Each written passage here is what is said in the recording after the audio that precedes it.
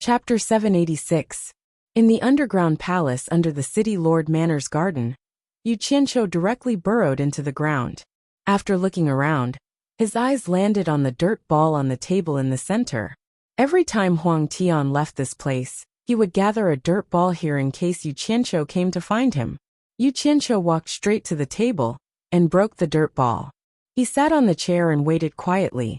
Not long after, Huang Tian came through the wall with a bad expression. As he walked over, he asked, "Where have you been these days? I haven't seen you in the entire Yellow Sand City, and you haven't come to find me." Yu Qianqiu waited for him to sit down before asking, "It doesn't matter where I went. How's the news about the purple flames?"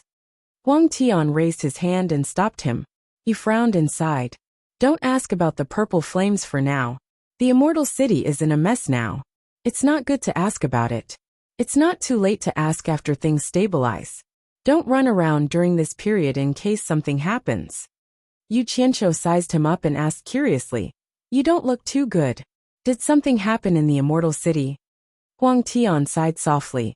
"Immortal Lord Night Owl and 2 Netherworld generals are dead.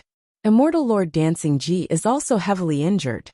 Everyone in the Immortal City is in danger, afraid that the madman will appear again. Who has the mood to help me ask about the purple flames?" Yu Qianqiu's eyes widened. He could not sit still anymore.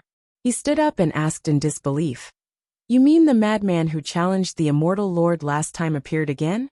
He even killed Immortal Lord Night Owl and 2 Netherworld generals?" "That's right." Huang Tian shook his head and sighed. "I don't know where this person came from. Not only is he getting stronger the more he fights, his cultivation is also improving at a godly speed.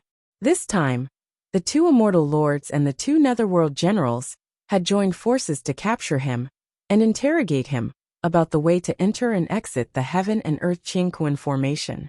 Who knew that he, who had been injured by the 2 Immortal Lords last time, would appear this time?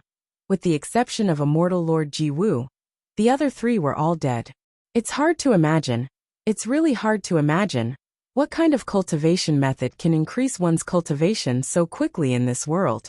Yu Qianqiu sucked in a breath of cold air and sat down on the ground. He knew that Bai Changchun was fierce, but he didn't expect him to be so strong that he couldn't believe it. "How long has it been? He actually killed 3 immortal monarchs? Are you sure this news is true?" Yu Qianqiu gulped and asked. Frowning, Huang Tian snapped, "Do you think I would joke about something like that?" As he spoke, he stood up and said, "The fence gathering is over. I still have things to arrange. We'll continue to inquire about the purple flame after the situation has cleared up. Everyone, don't be anxious. It's better to be careful." "Wait." Yu Qianqiu stopped Huang Tian, who was about to leave. He walked closer and asked, "Tell me the truth. What happened at the fence gathering? What did the warriors that were sent to the Immortal City do?" Huang Tian shook his head and said, "I'm not too sure about the specifics. I only know that most of them were sent to mine spirit stones. After all, spirit stones are extremely difficult to mine, and those with weak physiques can't handle it. Some of them were directly taken away by Immortal Lord Night Owl. I don't think many people know what they're doing." Yu Qianqiu frowned and said, "Then why did they keep some people in the fence gathering and let most of them live in the most primitive state? Aren't you quite smart? I've already made it so clear. Why can't you figure it out?" Huang Tian said disdainfully, "Spirit stone mines are extremely difficult to mine, and they need people with strong physiques. Didn't you realize that the primitive natives' bodies are stronger than the people in the fence gathering? The natives are raised for manual labor, while the people raised in captivity are raised so that the immortal cultivators don't have to live like barbarians and eat raw meat. Everyone is locked up in the Heaven and Earth universe formation, so they have to find some fun, right? Otherwise they'll suffocate to death." After saying that, he pointed at Yu Qianqiu's head as if to say that he was a blockhead. Then he turned and left. "Raised in captivity?" Yu Qianqiu was stunned on the spot. Those 2 words made him speechless. He didn't expect the immortals here to raise humans like animals. He sighed and shook his head slightly. He knew that there was nothing he could do about it. These immortals were used to being high and mighty, so why would they care about mortals? In their eyes, Mortals were no different from animals. It was good enough that they raised them and didn't kill them. As he thought about it, his thoughts returned to Bai Changchun. He realized that the old fellow really lived up to his title as the #1 expert in the world. He was so strong that he was perversely strong, and wherever he went he killed. Just as he thought about it, his eyes suddenly opened. He faintly felt that the old fellow was about to leave, and probably wouldn't come back to the East Holy Land. Think about it. The old fellow killed 3 of the 2 immortal monarchs and 2 netherworld generals in the East Holy Land. And these 4 were the ones with the highest cultivation in the East Holy Land. With the old fellow's personality, the East Holy Land probably couldn't interest him anymore. The next step would probably be, just as he thought about it, he was stunned again as he felt Lady Mu's summon. He frowned slightly, not knowing what was going on. In a flash, he charged into the mud wall and disappeared. Once he appeared on Obedient Island, Yu Qianqiu looked around, but didn't find anything strange. Lady Mu, who was not far away, had already noticed him. She quickly walked towards him and bowed, saying, "Mr. Old Lord is back." The old lord she was talking about was naturally Bai Changchun. Yu Qianqiu immediately teleported back into the house, but he saw that it was empty. There was no sign of Bai Changchun at all. When he turned and walked to the door, he saw Lady Mu rushing over. He immediately shouted in a low voice, "What's going on?" Lady Mu immediately replied fearfully, "Mister, please listen to me first. Old Lord has indeed returned just now, and he even asked me about you. I wanted to ask you to come back, but Old Lord said there was no need for that. After he walked around the island for a while, he left. Once he left, I felt that I should tell you about it immediately, so I immediately came to find you. In fact, Old Lord has just left, almost right after you." With a flash, Yu Qianqiu appeared on the roof outside. He looked around at the Obedient Island that was still the same as before and let out a sigh. It seemed that his guess was right. The old man was really going to leave. He came back this time to take one last look at the Obedient Island that he had stayed in for 1,000 years. It was likely that he would never return after leaving. The human world could no longer keep such a heaven-defying character, and such a heaven-defying character should no longer stay in the human world. This was his destiny. "Lady Mu, which direction did Old Lord go?" Yu Qianqiu suddenly shouted from the roof. He thought that Bai Changchun might have something to tell him when he came back. Lady Mu immediately stretched out her hand and pointed in the air, saying, "Old Lord went in that direction." Yu Qianqiu followed her finger, and saw that it was in the direction of Chilly Wind Valley. As he expected, the old man should have gone to the netherworld through the 9th netherworld cave. Then he asked again, "You mean Old Lord has just left?" Lady Mu immediately replied, "That's right. It happened almost right after you came back. He might even make it in time." Yu Qianqiu instantly disappeared from the roof, and after appearing in a remote area of Utopia, he immediately closed his eyes and sensed Bai Changchun's movements. Judging from the direction, Bai Changchun should have just entered the 9th netherworld cave. So fast! Yu Qianqiu opened his eyes in shock. He did not expect Bai Changchun to enter the 9th netherworld cave so quickly. It had only been a while since he left the Obedient Island. The old man's cultivation was indeed terrifyingly high. Without another word, he disappeared on the spot. In order to stop Bai Changchun, he simply teleported and appeared in front of the netherworld gate. The moment he appeared, he immediately sized up the eerie and terrifying surroundings. After all, the netherworld envoy had appeared here previously, and he did not know if there would be any danger. In the huge underground space, the netherworld fire sea was still burning fiercely, and the black miasma lingering in the sky surged. The group of skulls on the walls of the netherworld Iron Mountain were still as ferocious as ever, and the majestic netherworld gate did not move. The feeling this place gave off was still as shocking as ever, and it seemed like nothing had changed. The saw mark he had left on the netherworld gate was still there, and the missing knocker had not been replaced. It seemed like there was no danger. At this moment, someone behind him suddenly said, "Why are you here? Who is it?" Yu Qianqiu was shocked. He turned around and saw Bai Changchun, who was dressed in a green robe, looking at him in surprise. He immediately patted his chest with lingering fear and said, "Master, Why didn't you make a sound? You'll scare people to death in this place. Bai Changchun looked around and asked curiously again. Why are you here? What are you trying to get? Yu Qianqiu patted his chest and heaved a sigh of relief. He replied, when I just returned to Shuntian Island, I heard from Lady Mu that you had returned and left. I asked in which direction you went, and guessed that you were coming here, so I came here to wait for you. Bai Changchun nodded slightly, indicating that he understood. Then, he walked with his hands behind his back and quietly sized up the surroundings. Yu Qianqiu followed behind him and asked with a smile, Master, I heard that you killed a celestial monarch and 2 netherworld generals in the East Holy Land, and even injured a celestial monarch. Is this true? Bai Changchun replied with an N, and as he looked around he said indifferently, I wanted to kill them all, but after thinking about it, I left one alive for you. Maybe you'll need such an expert to practice with in the future, so that you can prepare to explore the immortal and netherworld realms in the future. Yu Qianqiu, who was following behind him, paused. He didn't know whether to laugh or cry as he followed up again. He said, Master, you think too highly of me. You actually left an celestial monarch expert for me to practice with. I guess I won't be able to use her. Her level is really too high. Don't compare me with you. I don't care if I can use her or not. Maybe there'll be a day where I can use her. It's better to be prepared now than not. Besides, there's no point in me killing her anymore. The Holy East Land needs a leader to intimidate the small fry. Otherwise, once chaos breaks out, the ones who will suffer will be those mortals, Bai Changchun said in a carefree manner. Chapter 787. Haha. Master has a benevolent and compassionate heart. It is truly a blessing for all living beings in this world to have Master presiding over it. Why don't you just stay? Yu Qianqiu chuckled and flattered. Bai Changchun was indifferent to his flattery. Expressionlessly, he stared at the mountain wall made of skeletons, which looked as if they were alive. Then he slowly said, no one can protect the human world for generations to come. The way of heaven has its own rules. If the heavens have feelings, they will grow old.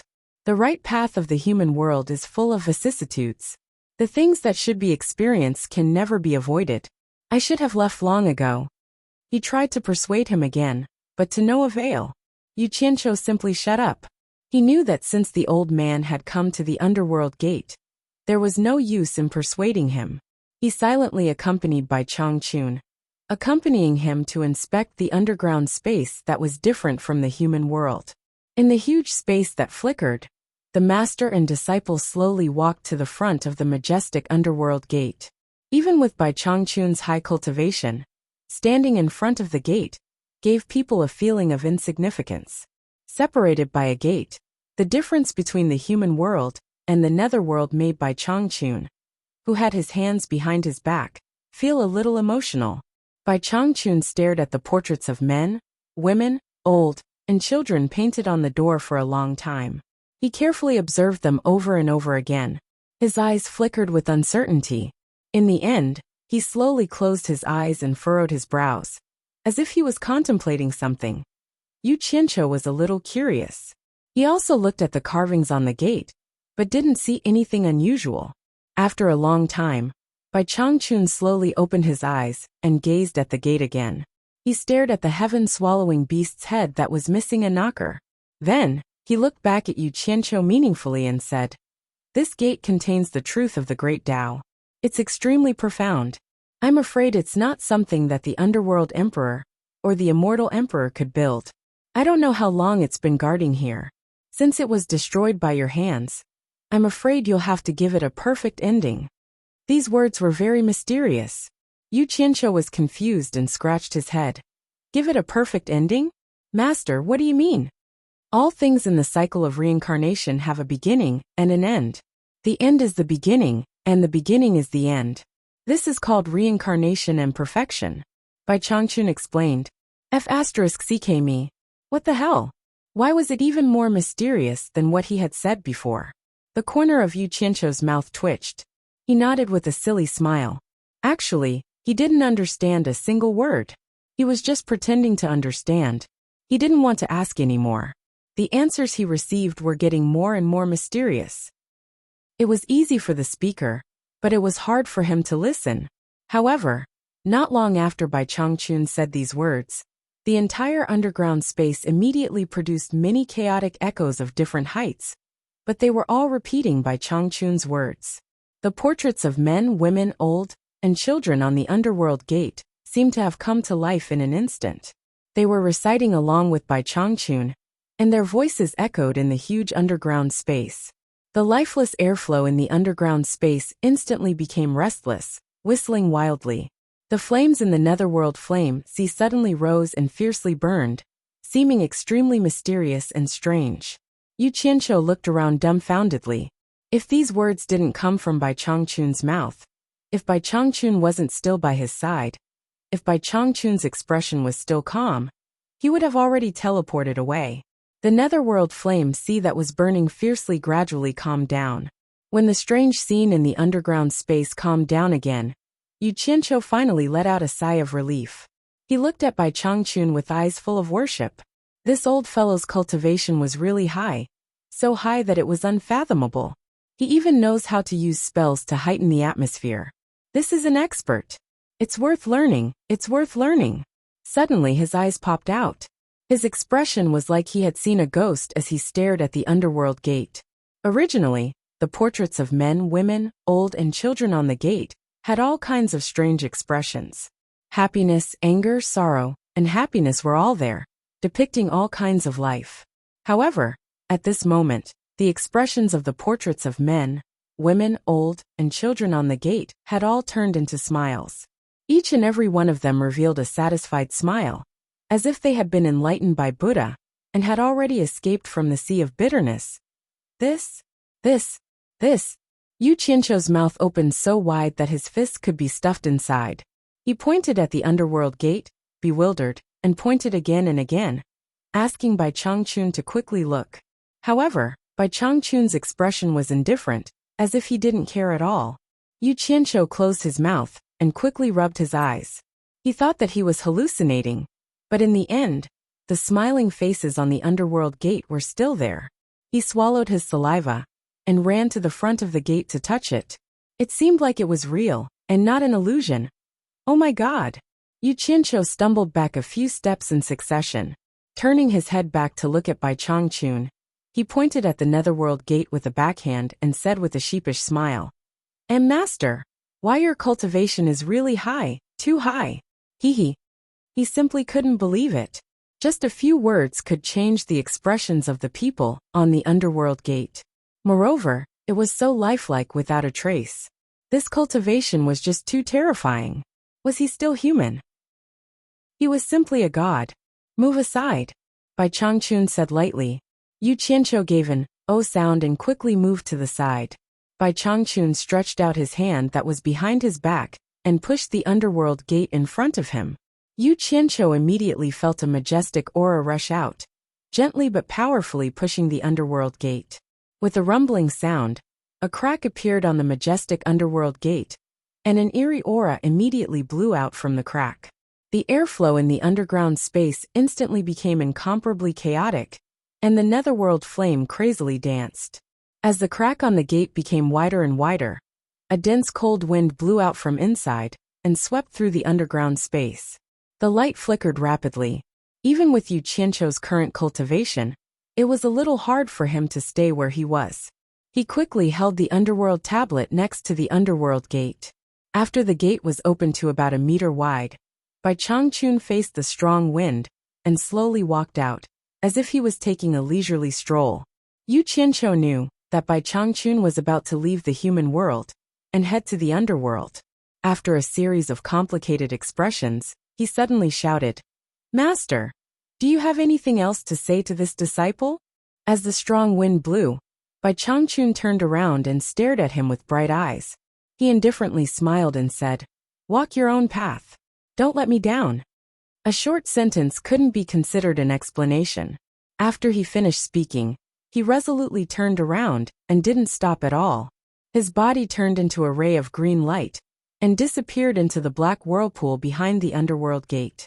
After he entered the underworld gate, it closed with a rumble, until it was seamless. The entire underground space gradually returned to its calm state. Yu Qianqiu looked at the closed underworld gate in a daze. He seemed to be in a daze. He couldn't understand why parting was always unavoidable in life. He suddenly clenched his fist and shouted, "Master, I definitely won't let you down. You will see it in the future. I will definitely let you see it." These words seemed to have been said a little too late. It seemed like he should have said it before Bai Changchun left. However, this shout seemed to have used up all of his strength. He weakly leaned against the underworld tablet and slid to the ground. There was no sadness of parting on his face, only a lonely smile.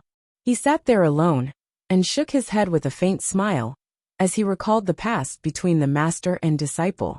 He sat there alone for a very long time. When he woke up again, his emotional side was once again restrained. He had a shrewd expression on his face as he jumped up. No one knew what he thought of, but he directly dove into the netherworld flame sea and appeared at the entrance of the netherworld cave. He stared at the cave wall and found the inscription on the wall. "Damn it. The old man has gone to the netherworld realm to stir up trouble. I hope he doesn't come up with some netherworld envoy who wants to find me by name." Yu Qianqiu muttered to himself. He found the words that he had inscribed on the wall. Then, he covered his palm with a green flame and rubbed it against the wall a few times, erasing all his words. After seeing Nongzhu's inscription, he originally didn't want to care about it. Maybe one day he could see Nongzhu's excitement. However, after thinking about it, if something happened to Nongzhu, he would inevitably be implicated. Therefore, he completely destroyed Nongzhu's inscription and Bai Changchun's. After doing all this, he looked along the winding netherworld cave and suddenly thought of Yu Ji outside. He remembered that he had promised her that if he had the ability, he would help her leave the Demon Spectre region. Now that Bai Changchun was gone, the Demon Spectre region was completely under his control. If he let a ghost cultivator out, he could be sure that there would not be any trouble. It was time to fulfill his promise. He disappeared directly. When he appeared in the Chiliwen Valley, it immediately caused a commotion among the ghost cultivators. He hadn't announced the succession of the Demon Domain Torture Master in the Demon Domain, mainly because he didn't want to cause a commotion in the Demon Domain. Now he didn't have time to take care of the Demon Domain every day, so it was good to continue to use the old guy's prestige to deter people. Even so, everyone in the Chiliwen Valley knew that he was above tens of thousands of people in the Demon Domain, so they were very respectful. Yu Qianqiu asked if Yu Ji was there. As a result, Yu Ji and other key figures in the Chiliwen Valley were checking the entrance of the Netherworld Cave because of the change. Yu Qianqiu asked someone to find Yu Ji and said that he had something to talk to her alone. A ghost cultivator immediately went to report. He directly entered the Ghost King's hall without any hindrance and went straight to Yu Ji's throne and sat down. Almost at the same time when he sat down, Yu Ji had already flashed in quickly. She quickly walked to the throne and bowed, saying, "Greetings, sir." Sitting on the throne, Yu Qianqiu looked at the charming Yu Ji with a smile and asked lightly, "Yu Ji, do you remember a promise I made to you when I first met you and General Meng? Now it's time for me to fulfill this promise." Yu Ji's delicate body trembled. She looked at him and bit her lips tightly, looking very excited. It seemed that she didn't expect that this day would really come. However, when she looked around the empty Ghost King's hall, she was stunned, and her face gradually became gloomy. She slowly knelt down in front of Yu Qianqiu and said with a lonely smile, "Thank you, sir." At first, Yu Ji wanted to leave with the general, but now the general is gone. No matter how colorful the outside world is, Yu Ji doesn't want to enjoy it alone. Chapter 788. Yu Qianqiu left Ilwind Valley and returned to Lust City's Inn. Previously, under his repeated inquiries, Yu Ji finally rejected his good intentions. She did not want to abandon Meng Yan's old subordinates and decided to continue being her Ghost King. Yu Qianqiu did not expect this female ghost to be so loyal. He had underestimated her. Now he felt that this woman could be used, but it depended on whether there was a chance. At the same time, Bai Changchun's departure affected him greatly. Seeing the gap between him and his master widening, he was even more determined to work hard. Just as he said in front of the Netherworld Gate, he hoped that he would not disappoint Bai Changchun when he saw him again. After knocking on Immortal Lord Crocodile's door, Yu Qianqiu closed the door and walked straight to Immortal Lord Crocodile, who was sitting cross-legged, and said indifferently, "Come, let's go to the Immortal City." Immortal Lord Crocodile was startled. What's wrong? He did not know why this fellow, who always talked about safety, decided to take the risk. This Huang Tian is a small character in the East Holy Land. I don't know how long it will take for him to help me find information about the purple fire. I can't wait. Yu Qianqiu's gaze was resolute. Let's take the initiative and go to the Immortal City. There should be people there who know. Immortal Lord Crocodile pondered for a moment. With my current cultivation, if something happens to the Immortal City, I might not be able to protect you. Don't worry, I can protect you, Yu Qianqiu said with a chuckle. Immortal Lord Crocodile glanced at him and sneered. Protect me? Are you kidding? If that's the case, why drag me along? You can go by yourself. Yu Qianqiu said shamelessly. If you can't beat us, then run. Did you forget that we can leave the East Holy Land? Immortal Lord Crocodile was speechless. He slowly said, I advise you not to take this risk. There are many experts in the Immortal City. I can hide my identity from others, but I can't hide it from Yi Xiao and Ji Wu. With their cultivation, I'm afraid they can see through me at a glance. Al Ji Wu? Yu Qianqiu raised his eyebrows and sneered. I almost forgot to tell you.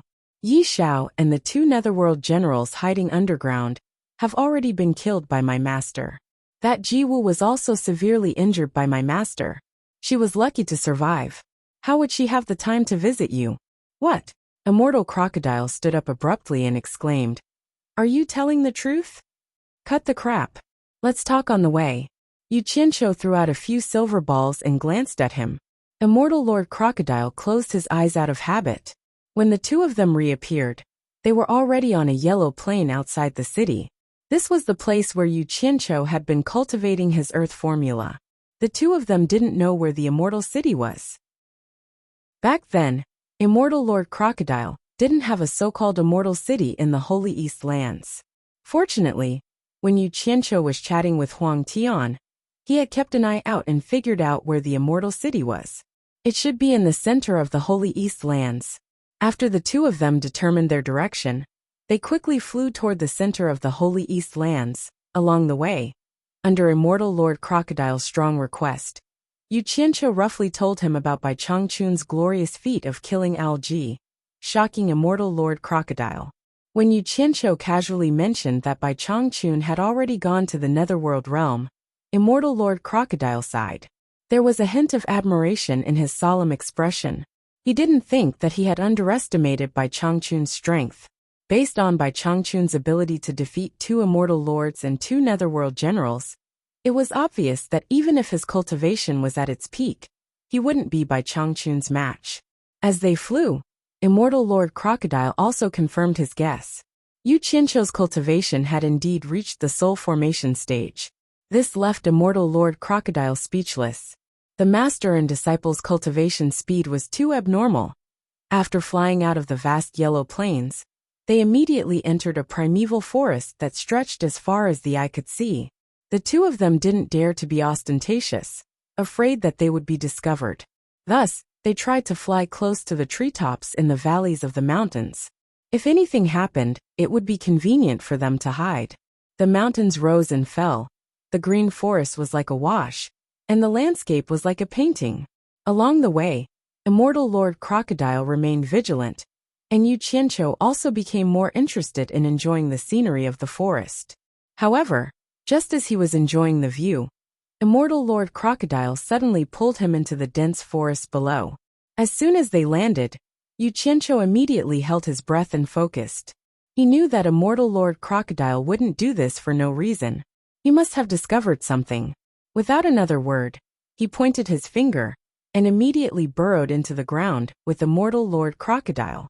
The surface of the ground slowly returned to normal as the two of them dove into the ground. It could be said that Yu Qianqiu used the same trick again. The two of them hid under a small slope, revealing two small holes under the luxuriant weeds for the two of them to observe the movements outside. After waiting underground for a while, Yu Qianqiu didn't discover anything. He couldn't help but ask via voice transmission, "Old monster, what did you discover?" In the end, before he could finish speaking, they heard the sound of intense fighting coming from afar. Even the hole that the two of them were hiding in was shaking. Mud and sand fell, covering the two of them with a layer of soil. Such a big movement could be heard from so far away. One could only imagine that the cultivation level of the people fighting was not low. Yu Qianqiu immediately used the earth art to strengthen the soil around them, preventing them from being buried alive. The sounds of the fierce battle lasted for a long time before it died down. After waiting for a while, Yu Qianqiu asked via voice transmission, "Old monster, the fight seems to be over. Can we go out and continue on our way?"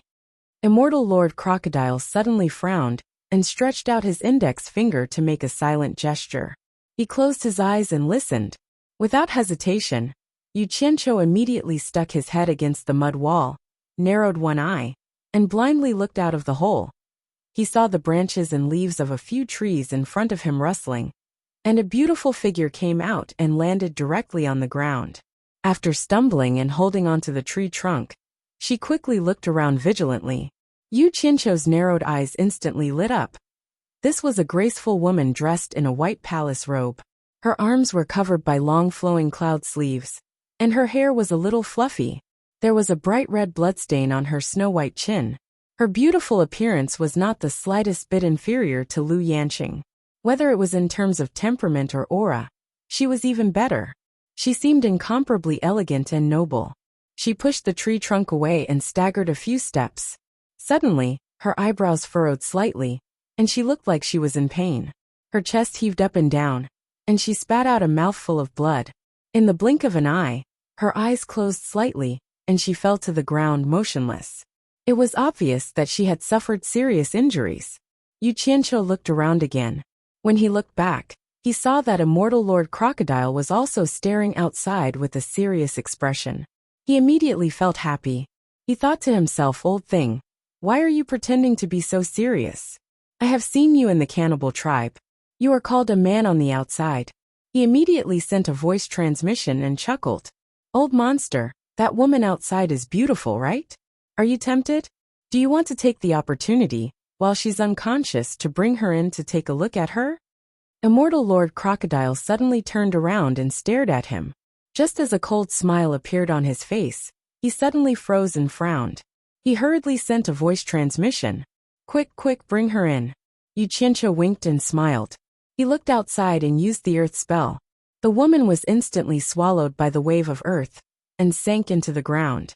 However, in the blink of an eye, more than a dozen streams of light flashed and appeared, all of them full of murderous intent. Yu Qianqiu was shocked. He immediately held his breath and did not dare to move.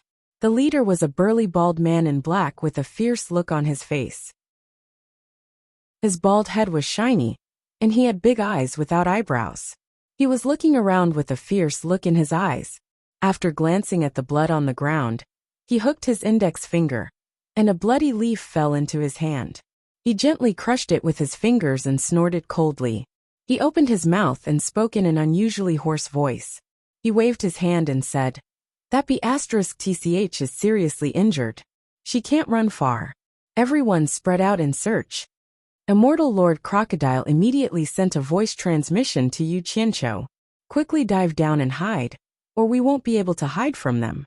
Yu Qianqiu naturally knew without the need for him to say anything. Hiding in such a shallow and close distance would not be able to hide from even a soul formation expert, let alone an immortal from the Eastern Holy Land. Moreover, the other party had the intention to search. He immediately used the earth spell to its limit. He grabbed the unconscious woman with one hand and pulled Immortal Lord Crocodile with the other. They quickly dove deep and far away. The movement of the underground soil immediately attracted the gazes of the dozen people to the small slope where the two of them had been hiding. The bald man shouted in a hoarse voice, "Underground." The dozen people attacked almost at the same time without hesitation. All kinds of dazzling lights shot out from their hands. Bang! There was a deafening sound, as if the sky was falling and the earth was cracking. In an instant, The soil within a radius of nearly 1,000 meters flew everywhere. Countless trees and plants were instantly turned to ash. Amidst the scorched smoke, the dozen people were covered in a layer of transparent protective light shield. Their gazes were like torches as they looked down from the sky. Under their combined attack, a huge vortex-shaped pit, with a radius of 1,000 meters, appeared in the deep primitive forest. It was charred black and hundreds of meters deep. The dozen people's gazes penetrated the smoke and fog with their perception. They quickly scanned the ground, but they did not find any movement. They looked at each other, and at the bald man in black. Their reactions were considered fast. They did not expect someone to be able to escape underground so quickly. It was probably as fast as flying. It was simply unbelievable. The bald man narrowed his eyes and looked down. He said slowly in a deep and hoarse voice, "Earth manipulation art? Could the earth manipulation spell allow him to escape so quickly underground? Could it be that I'm ignorant?" Everyone shook their heads, indicating that they had not heard of it. The bald man snorted coldly. "I have never heard of that woman using the earth element art. Did someone save her?" As soon as he said this, someone immediately cupped his hands and reported, "According to what I know, the city lord of Lust City, Huang Tian, knows the earth manipulation art. Also, Lust City is not far from here." "Could it be him? Old man Huang Tian? Just him?" The bald man laughed coldly and said, "It's not that I look down on him, but his tricks can only be used by a 3-year-old child to play hide and seek. They can't even be mentioned in the same breath as this kind of earth elemental technique. They are not on the same level at all. Yet he wants to escape underground with a person? Humph." Chapter 789. I was speaking nonsense. That person cupped his hands, and then he frowned and said, "That's strange. According to my knowledge, Huang Tian was the only one who knew how to control Earth amongst the people who survived all those years ago. Could it be that there's someone else? No matter who he is, since he doesn't dare to fight us head-on, there's no need to be afraid of him." The bald man in black suddenly looked at them and ordered in a hoarse voice, "Gather our people and search with all our might. We must find that B*TCH before she recovers. Once she recovers, all of us will have to bear the consequences." "Yes." Everyone bowed and accepted the order, then quickly dispersed. At this time, Yu Qianqiu and the other two were wrapped in a bubble underground. The soil layer in front of them quickly parted, and the soil behind them closed up again. They were like fish in water, or like stray dogs fleeing in panic. Yu Qianqiu held the injured woman with one arm, his eyes closed, and the fingers of his other hand stretched forward, using the earth manipulation technique to quickly open up a path. Immortal Lord Crocodile placed both palms on Yu Qianqiu's back, pushing Yu Qianqiu forward quickly. The two of them could be said to be complementing each other. One of them did not have enough cultivation, but the magical earth manipulation technique could break through the soil and open up a path, while the other used his profound cultivation to act as an engine, pushing Yu Qianqiu at full speed. Even so, there was blood at the corner of their mouths, and their faces were pale. Although the two of them had dodged the joint attack of more than a dozen people, and did not hit them head-on, they were too close, and could not teleport like they could outside. In addition, the combined power of those people was indeed strong. A strong impact was like hitting a cow across a mountain, quickly injuring the two of them. Fortunately, Yu Qianqiu's reaction was quick, and he instantly used the earth manipulation technique to cause the ground to fluctuate, immediately dissipating a lot of the strong impact. Otherwise, it would have been difficult for them to escape. Even so, the two of them were still seriously injured. "Old monster, stop." Yu Qianqiu suddenly opened his eyes and shouted.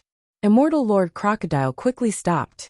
In fact, he had also discovered that along the way, large rocks had appeared all around them. Yu Qianqiu was having some difficulty opening a path. He kept making detours through the mud between the rocks. It looked like he was flying fast, but in fact, he was not running far. "Old monster, how far have we run?" Yu Qianqiu asked again. "He should be hundreds of miles away," Immortal Lord Crocodile said. "Pa!" Yu Qianqiu suddenly raised his hand and fiercely slapped the woman's plump buttocks. Immortal Crocodile immediately shouted, "You Qianqiu, what are you doing? Damn it! What do you think I'm doing?" Yu Qianqiu looked at the person in his arms and said unhappily, "In order to help you save the damsel in distress, I almost lost my life. Do you still have a problem with me taking advantage of her? Damn it! It feels good."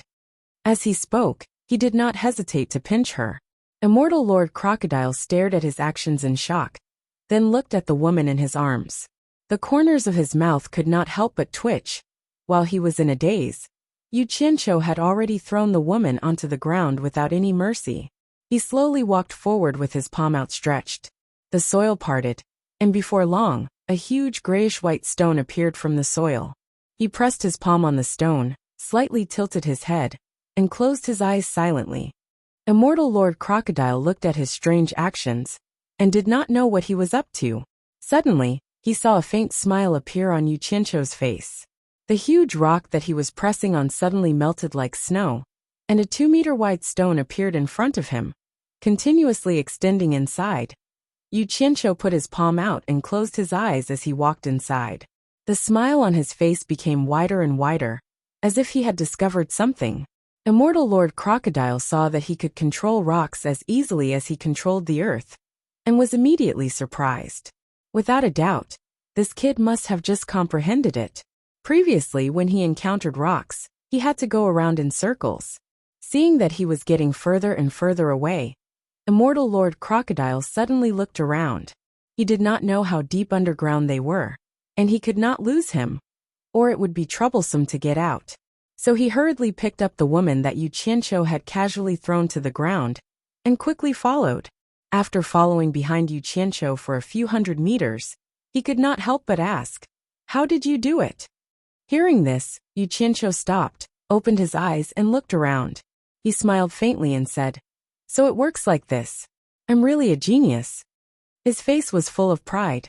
When he was escaping underground, he was constantly blocked by rocks, and had to go around them, which made him very angry. But at that moment, the scene of extracting metals from ores in his previous life flashed across his mind. With the mentality of giving it a try, he used the metal conjuration art on the rock, and found that there seemed to be a little reaction from the rock, but it was still indifferent. So he tried using the earth art and metal art together, and a miracle happened. He had never thought that using the earth art and metal art together could produce such a miraculous effect. But this was not what made him the happiest. The happiest thing was that he had found another way to use the 5 elemental arts. It turned out that the 5 elemental arts could be used together, which meant that the 5 elemental arts had a lot of potential. Yu Qianqiu reached out and touched the stone wall again, then turned to look at Immortal Lord Crocodile and said, "The back of this stone wall seems to be empty. Could we have found some treasure?" He suddenly thought of the strange experience of finding the Divine Spirit Stone when he first came to the Demon Ghost region. Immortal Lord Crocodile rolled his eyes and said speechlessly, "Dream on. How can it be so easy to find a treasure? Besides, no one would bury something so deep, right? Maybe it's an underground karst cave. We'll know once we open it." Yu Qianqiu nodded, and pushed with his palm. The stone wall immediately melted and spread in all directions, and the stone passage quickly extended forward. Suddenly, a light appeared in the darkness a dozen meters ahead, and it was open. "Treasure light?" The two looked at each other, and Immortal Lord Crocodile was even more speechless. Could it be that this kid was right, that there was really a treasure here? Without a word, Yu Qianqiu flashed over, and stood at the exit at the end of the passage. Immortal Lord Crocodile followed behind, and with just one look, he could not help but laugh. In fact, it was not Yu Qianqiu who had guessed right, but he himself who had guessed right. There was no treasure here, and the underground space in front of them was indeed an underground karst cave. The two rushed into the karst cave one after another. There was a pool in front of them, with stalactites of various shapes and sizes on both sides. There were also many stalactites hanging upside down above the cave, with crystal clear water droplets dripping into the river, making crisp and melodious tinkling sounds. The strangest thing was that there was colorful fluorescent sand everywhere in this karst cave, making the entire karst cave shine brightly. This was also why the two saw the light. Tsk tisk. Yu Qianqiu stood by the pool and exclaimed. Immortal Lord Crocodile did not know what he saw. He placed the woman and his hands on the ground, walked to the side of the pool, and immediately understood the reason for Yu Qianqiu's surprise. There were living aquatic animals in this pool. And the strange thing was that these aquatic animals' bodies could actually glow. The floating crown-like jellyfish's crown shone with light. The stealth transparent white shrimp's abdomen also shone with blue light. There were also some fish whose heads, tails, or backs glowed with colorful light. They were all very beautiful aquatic animals that lived peacefully in this undisturbed pool. The depths of the pool were pitch black, seemingly bottomless. It was probably connected to an underground river. Immortal Lord Crocodile tilted his head to look at Yu Qianqiu. Seeing him smiling foolishly with blood at the corner of his mouth, he touched his mouth and squatted by the pool to clean himself. Yu Qianqiu glanced at it, then lowered his head to look at his own reflection in the water. He squatted down to wash up as well. When he was done, he turned around and saw that Immortal Lord Crocodile was taking out an immortal pill to feed to the woman. He couldn't help but walk over and tease. Old monster. Did you fall in love with me because I'm pretty? I advise you to think carefully. This woman's cultivation level is not weak. Don't save your enemy. Do you know her? Immortal Lord Crocodile nodded silently, indicating that he knew her. He calmed down and helped the woman refine the immortal pill. After a long time, he slowly laid the woman down. After that, he sat down cross-legged at the side and swallowed a celestial pill to heal himself. However, he noticed that Yu Qianqiu was looking at the woman up and down with malicious intent. He frowned and took out the bottle of celestial pills and handed it over. He said, If you're injured, then stop for a moment and heal yourself first. I don't need it.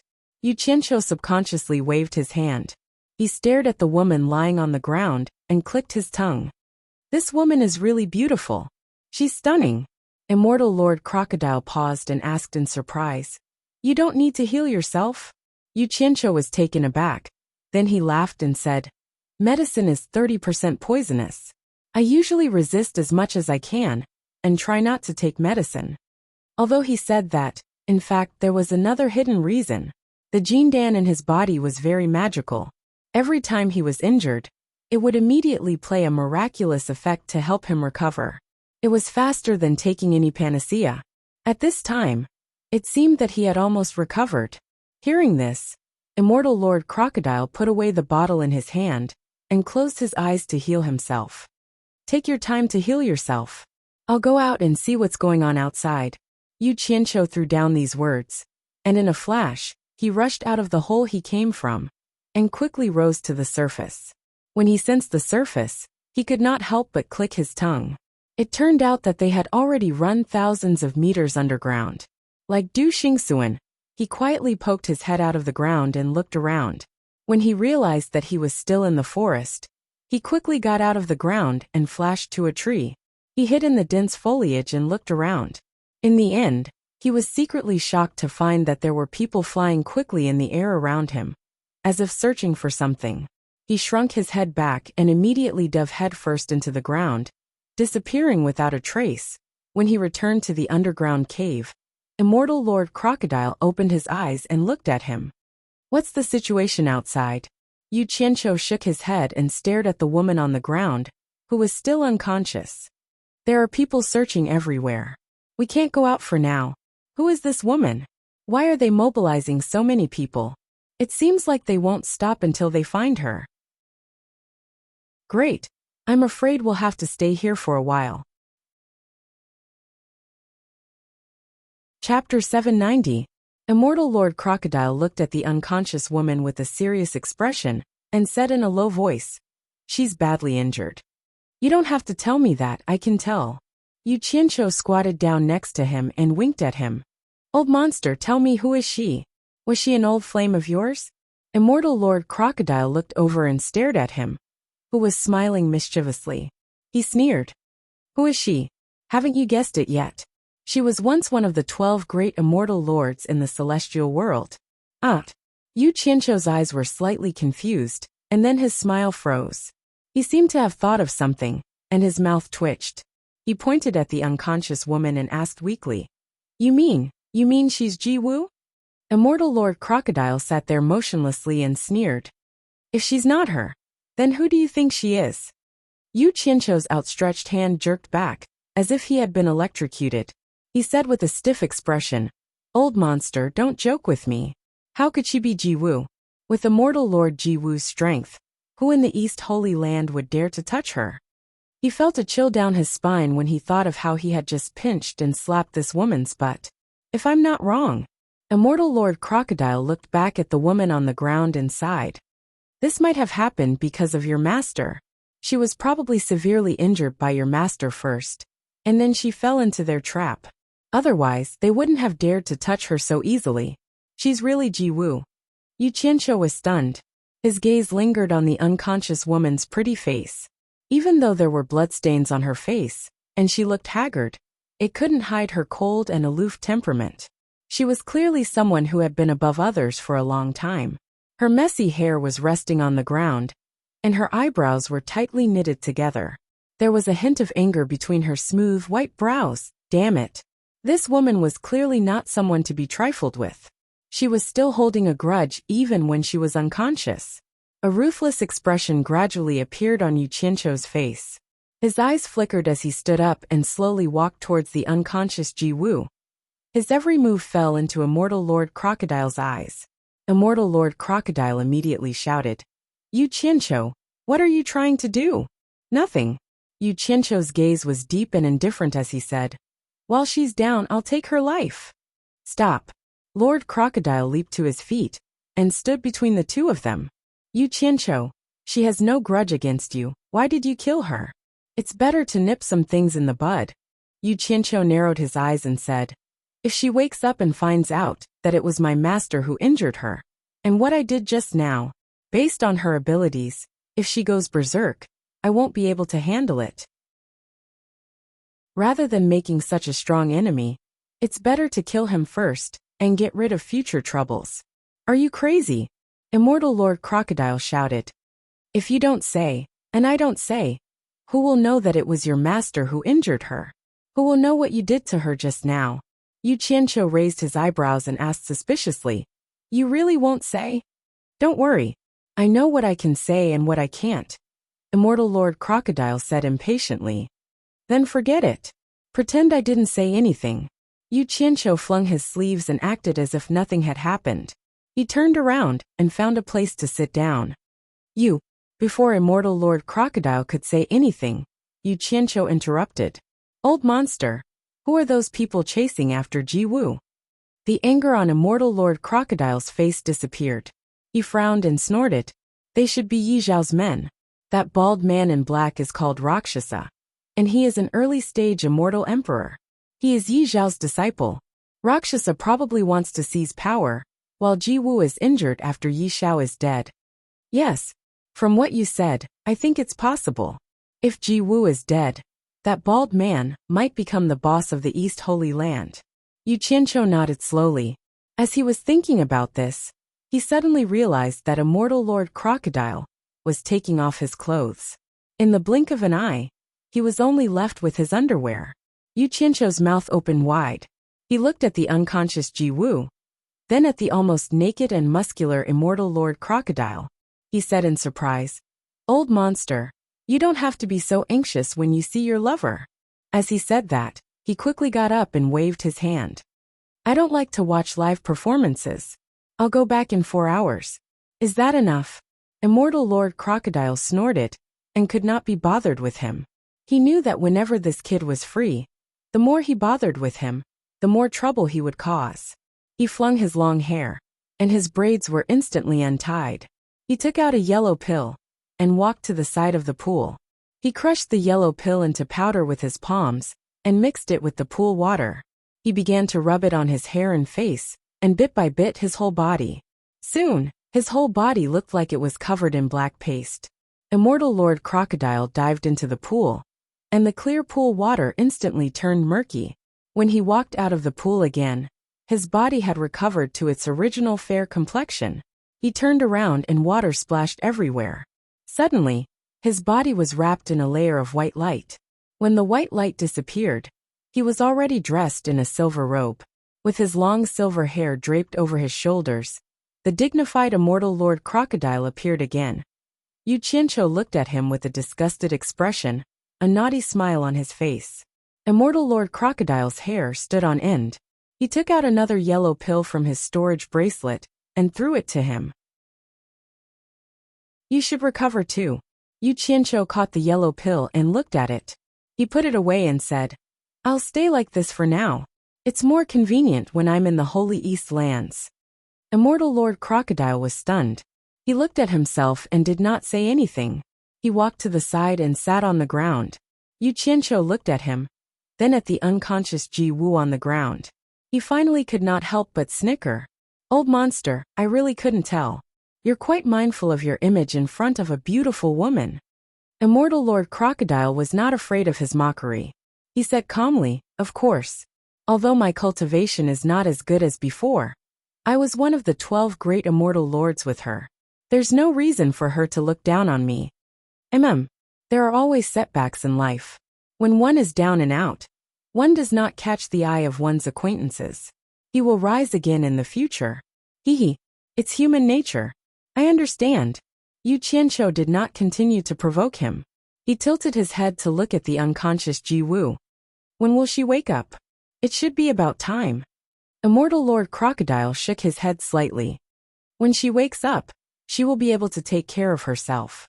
She will recover quickly.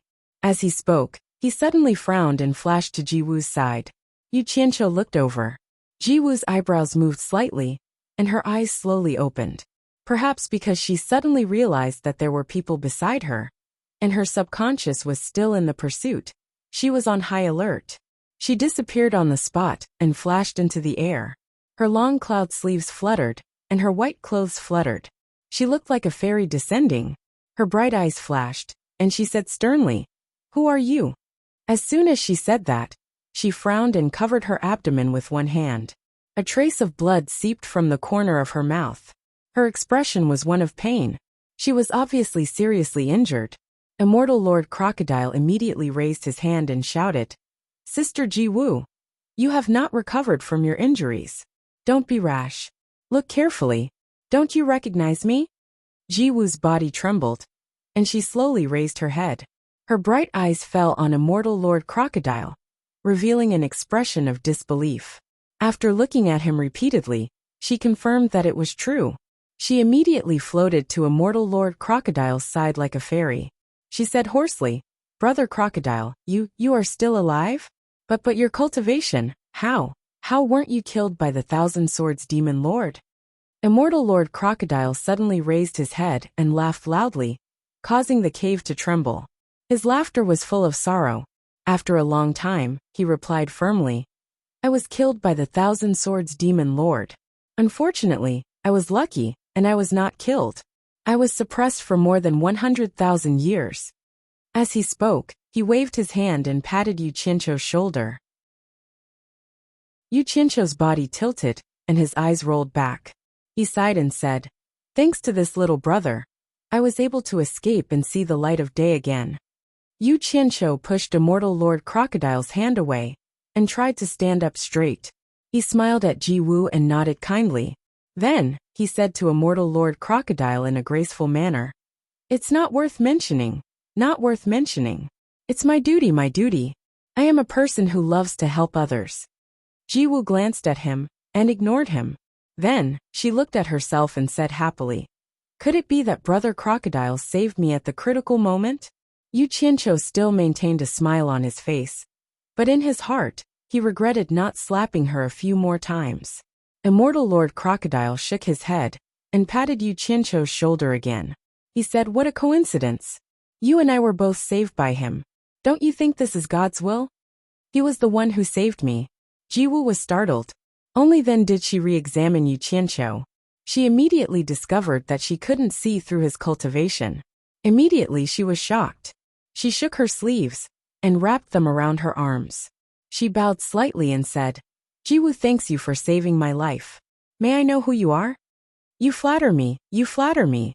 Yu Qianqiu's hands were like flowers. He smiled and said, It's my duty, my duty. I am born to help others. Immortal Lord Crocodile waved his hand to stop her. Sister, don't bother with him. This kid has a glib tongue and is full of nonsense. He is only a soul formation cultivator. It was just a coincidence that he saved you. He is not a master. Then he frowned and asked, why did Luosha want to kill you? Jiwoo looked suspiciously at Yu Qianqiu, who was embarrassed. She immediately told Immortal Lord Crocodile about how Bai Changchun started a massacre in the Immortal City, and how she was chased. It was just as Immortal Lord Crocodile had guessed. After being injured by Bai Changchun, she was ambushed by Luosha and the others while she was recuperating. That was why she ended up like this. Immortal Lord Crocodile looked at Yu Qianqiu meaningfully. It seemed to be saying, your master injured her, and you saved her. Your merits and demerits offset each other. Don't expect her to owe you a favor. In fact, Yu Qianqiu did not intend for Jiwoo to owe him a favor. Instead, he was worried that Immortal Lord Crocodile would expose the fact that his master was Bai Changchun. He still hoped that Jiwoo would tell him where the purple flames were. It would be best if there was no conflict. Chapter 791. When the two old friends met, they naturally talked about many things. Their savior, Yu Qianqiu, was completely ignored. Yu Qianqiu didn't think much of it. He listened quietly at the side. He could tell that these two had a good relationship back in the immortal world. After chatting for a while, they talked about how they were being hunted. Jiwoo immediately gritted her teeth and said, I won't let those Rakshasa people off. In a fit of anger, she covered her abdomen with her hand again, and a trace of blood seeped out of the corner of her mouth. According to her, she almost never interfered with anything in the East Holy Land. This mainland was basically ruled by Yi Shao. She had always been hiding in the West Palace. If it wasn't for Bai Changchun causing havoc in the Immortal City, and Yi Shao asking her for help, she wouldn't even have shown herself.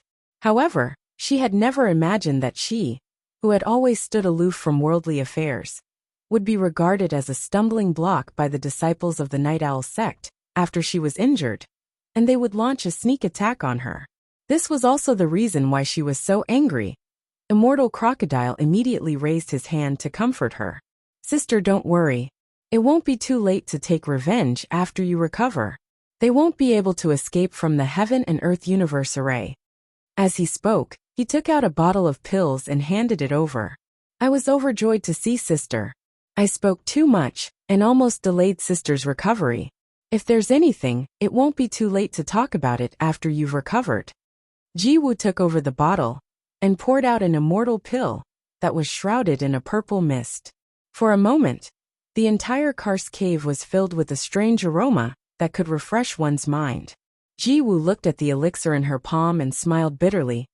Everyone has been sealed by the Heaven and Earth Qianquan Array for so many years. Everything that needs to be used has been used up. Fortunately, we met Brother Crocodile. Otherwise, I don't know how long it would take for my little sister to recover. Immortal Lord Crocodile smiled bitterly and said, I'd rather use up all these things than be suppressed for 100,000 years and have my cultivation level greatly reduced. I don't know how long it will take for me to recover. But that's good too. I can finally put it to good use today. To be able to help Sister, it's worth being trapped for so many years. Saying so, he suddenly exclaimed, Sister, don't you have a golden fur immortal ape? Why don't I see him? Could he have been killed by Luosha and the others? Yu Qianqiu's ears perked up. Jiwoo shook her head and smiled bitterly. That's not it. Brother Crocodile, you might not know this, but the Heaven and Earth Universe Array is really strange. After the last battle with the Thousand Swords Demon King, the immortal beasts and spirit beasts that we brought from the immortal world all showed abnormalities after a few years. The Heaven and Earth Universe Array seemed to be absorbing the spiritual energy in their bodies. As a result, those immortal beasts and spirit beasts withered year by year. In the end, not a single one of them could last for 30,000 years, and all of them died. I see. Immortal Lord Crocodile sighed slightly. Yu Qianqiu, who was at the side, seemed to have thought of something. He immediately sent a telepathic message. Old monster, ask him what's going on with the fence meat. This had always been a mystery in his heart. Immortal Lord Crocodile glanced at him and changed the topic. Jiwoo frowned slightly and said, "Other than mining, the main reason why those warriors came was because Yi Xiao had obtained a scroll of magic left behind by the demon Dao. It was said that it could break the Heaven and Earth Universe Array's seal, but it needed strong men to refine it. No one knew how many people had died in the experiment. More than 200 years ago, the Night Owl had successfully sent a disciple out. However, after that disciple went out, there was no news of him. No one knew whether he was dead or alive. Originally, after this fence meet, Yi Xiao was going to try it himself. Who knew that a lunatic would suddenly appear and ruin Yi Xiao's dream? More than 200 years ago, Yu Qianqiu was speechless. He finally understood where the immortal that the old man killed in the East Sea more than 200 years ago came from. He had never figured it out. It turned out that the immortal had escaped from the Heaven and Earth Universe Array. However, that person was too unlucky. He could have met anyone in the human world, but he actually met the top expert in the world. It was not an ordinary kind of bad life. He escaped from the Heaven and Earth Universe Array, but he was killed. Immortal Lord Crocodile shook his head and smiled bitterly. So what if he got out? I'm afraid that person will not be able to return to the celestial world. Jiwoo was startled and said, "Brother Crocodile, why do you say that? Did something happen outside?" Immortal Lord Crocodile glanced at Yu Qianqiu, but Yu Qianqiu knew what he was going to say. He kept signaling him with his eyes, trying to persuade him not to say it. After hesitating for a while, Immortal Lord Crocodile said, "Yu Qianqiu, you don't have to worry. I believe that Sister Jiwoo is not that kind of person." Yu Qianqiu wanted to tell him that one could not know a person's heart, but he knew that anything he said now would be fake. Jiwoo looked at the two of them with a puzzled expression. She did not know what the two of them were talking about. Immortal Lord Crocodile looked at Jiwoo and said, "The immortal ascension stage in the human world has been set up with the soul transformation smoke. With Yi Xiao's cultivation, even if he wanted to return to the celestial world through the netherworld realm, it would be difficult for him to pass through the netherworld realm. That's why I said it would be difficult for him to return to the celestial world." Jiwoo squeezed the immortal pill in her hand, her eyes flashing. After a moment of hesitation, she asked, "Brother Crocodile, how do you know that the immortal ascension stage has been set up with the soul transformation smoke?" Immortal Lord Crocodile explained, "To tell you the truth, I have a way to enter and exit the Heaven and Earth Universe Array. I have been to the immortal ascension stage once, and saw the soul transformation smoke set up with my own eyes." "What?" Jiwoo exclaimed. "Brother Crocodile can enter and exit the Heaven and Earth Universe Array?" To her, the soul transformation smoke was no longer important. The most unbelievable thing was that Immortal Lord Crocodile could enter and exit the Heaven and Earth Universe Array. Damn it! They say that heroes have a weakness for the charms of a beautiful woman. I thought it was referring to people like me. I didn't expect demons to have a weakness for beauties too. Yu Qianqiu cursed silently. Immortal Lord Crocodile nodded slightly. He waved his hand and slapped Yu Qianqiu again. His eyes rolled and he sighed. Don't underestimate him. Although his cultivation level is not high, his master is not to be underestimated. His master. Old demon, you can't burn bridges after crossing the river. Yu Qianqiu swatted away the arm that was slapping his shoulder and roared crazily. This time he was really angry. He did not expect Immortal Lord Crocodile to reveal all his secrets. Why? You don't want to find the purple fire anymore? Immortal Lord Crocodile asked calmly. Yu Qianqiu's mouth twitched. He pointed at Immortal Lord Crocodile and sneered. You win. If you don't take my word seriously, then we'll see who is more ruthless. Immortal Lord Crocodile paused.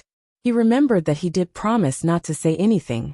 In addition, he still needed Jiwoo's help to leave the Heaven and Earth Universe Array.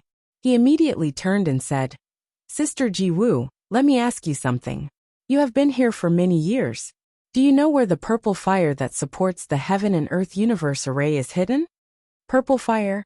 Jiwoo paused. Seeing that Immortal Lord Crocodile had changed the topic, she knew that he would not say anything more. However, thinking that even Immortal Lord Crocodile said that Yu Qianqiu's master was not to be underestimated, She did not dare to underestimate Yu Qianqiu. She stared at Yu Qianqiu seriously and said, "Why are you looking for the purple fire? No one can go near that place." "Sister, don't say any more." Immortal Lord Crocodile waved his hand to stop her from continuing.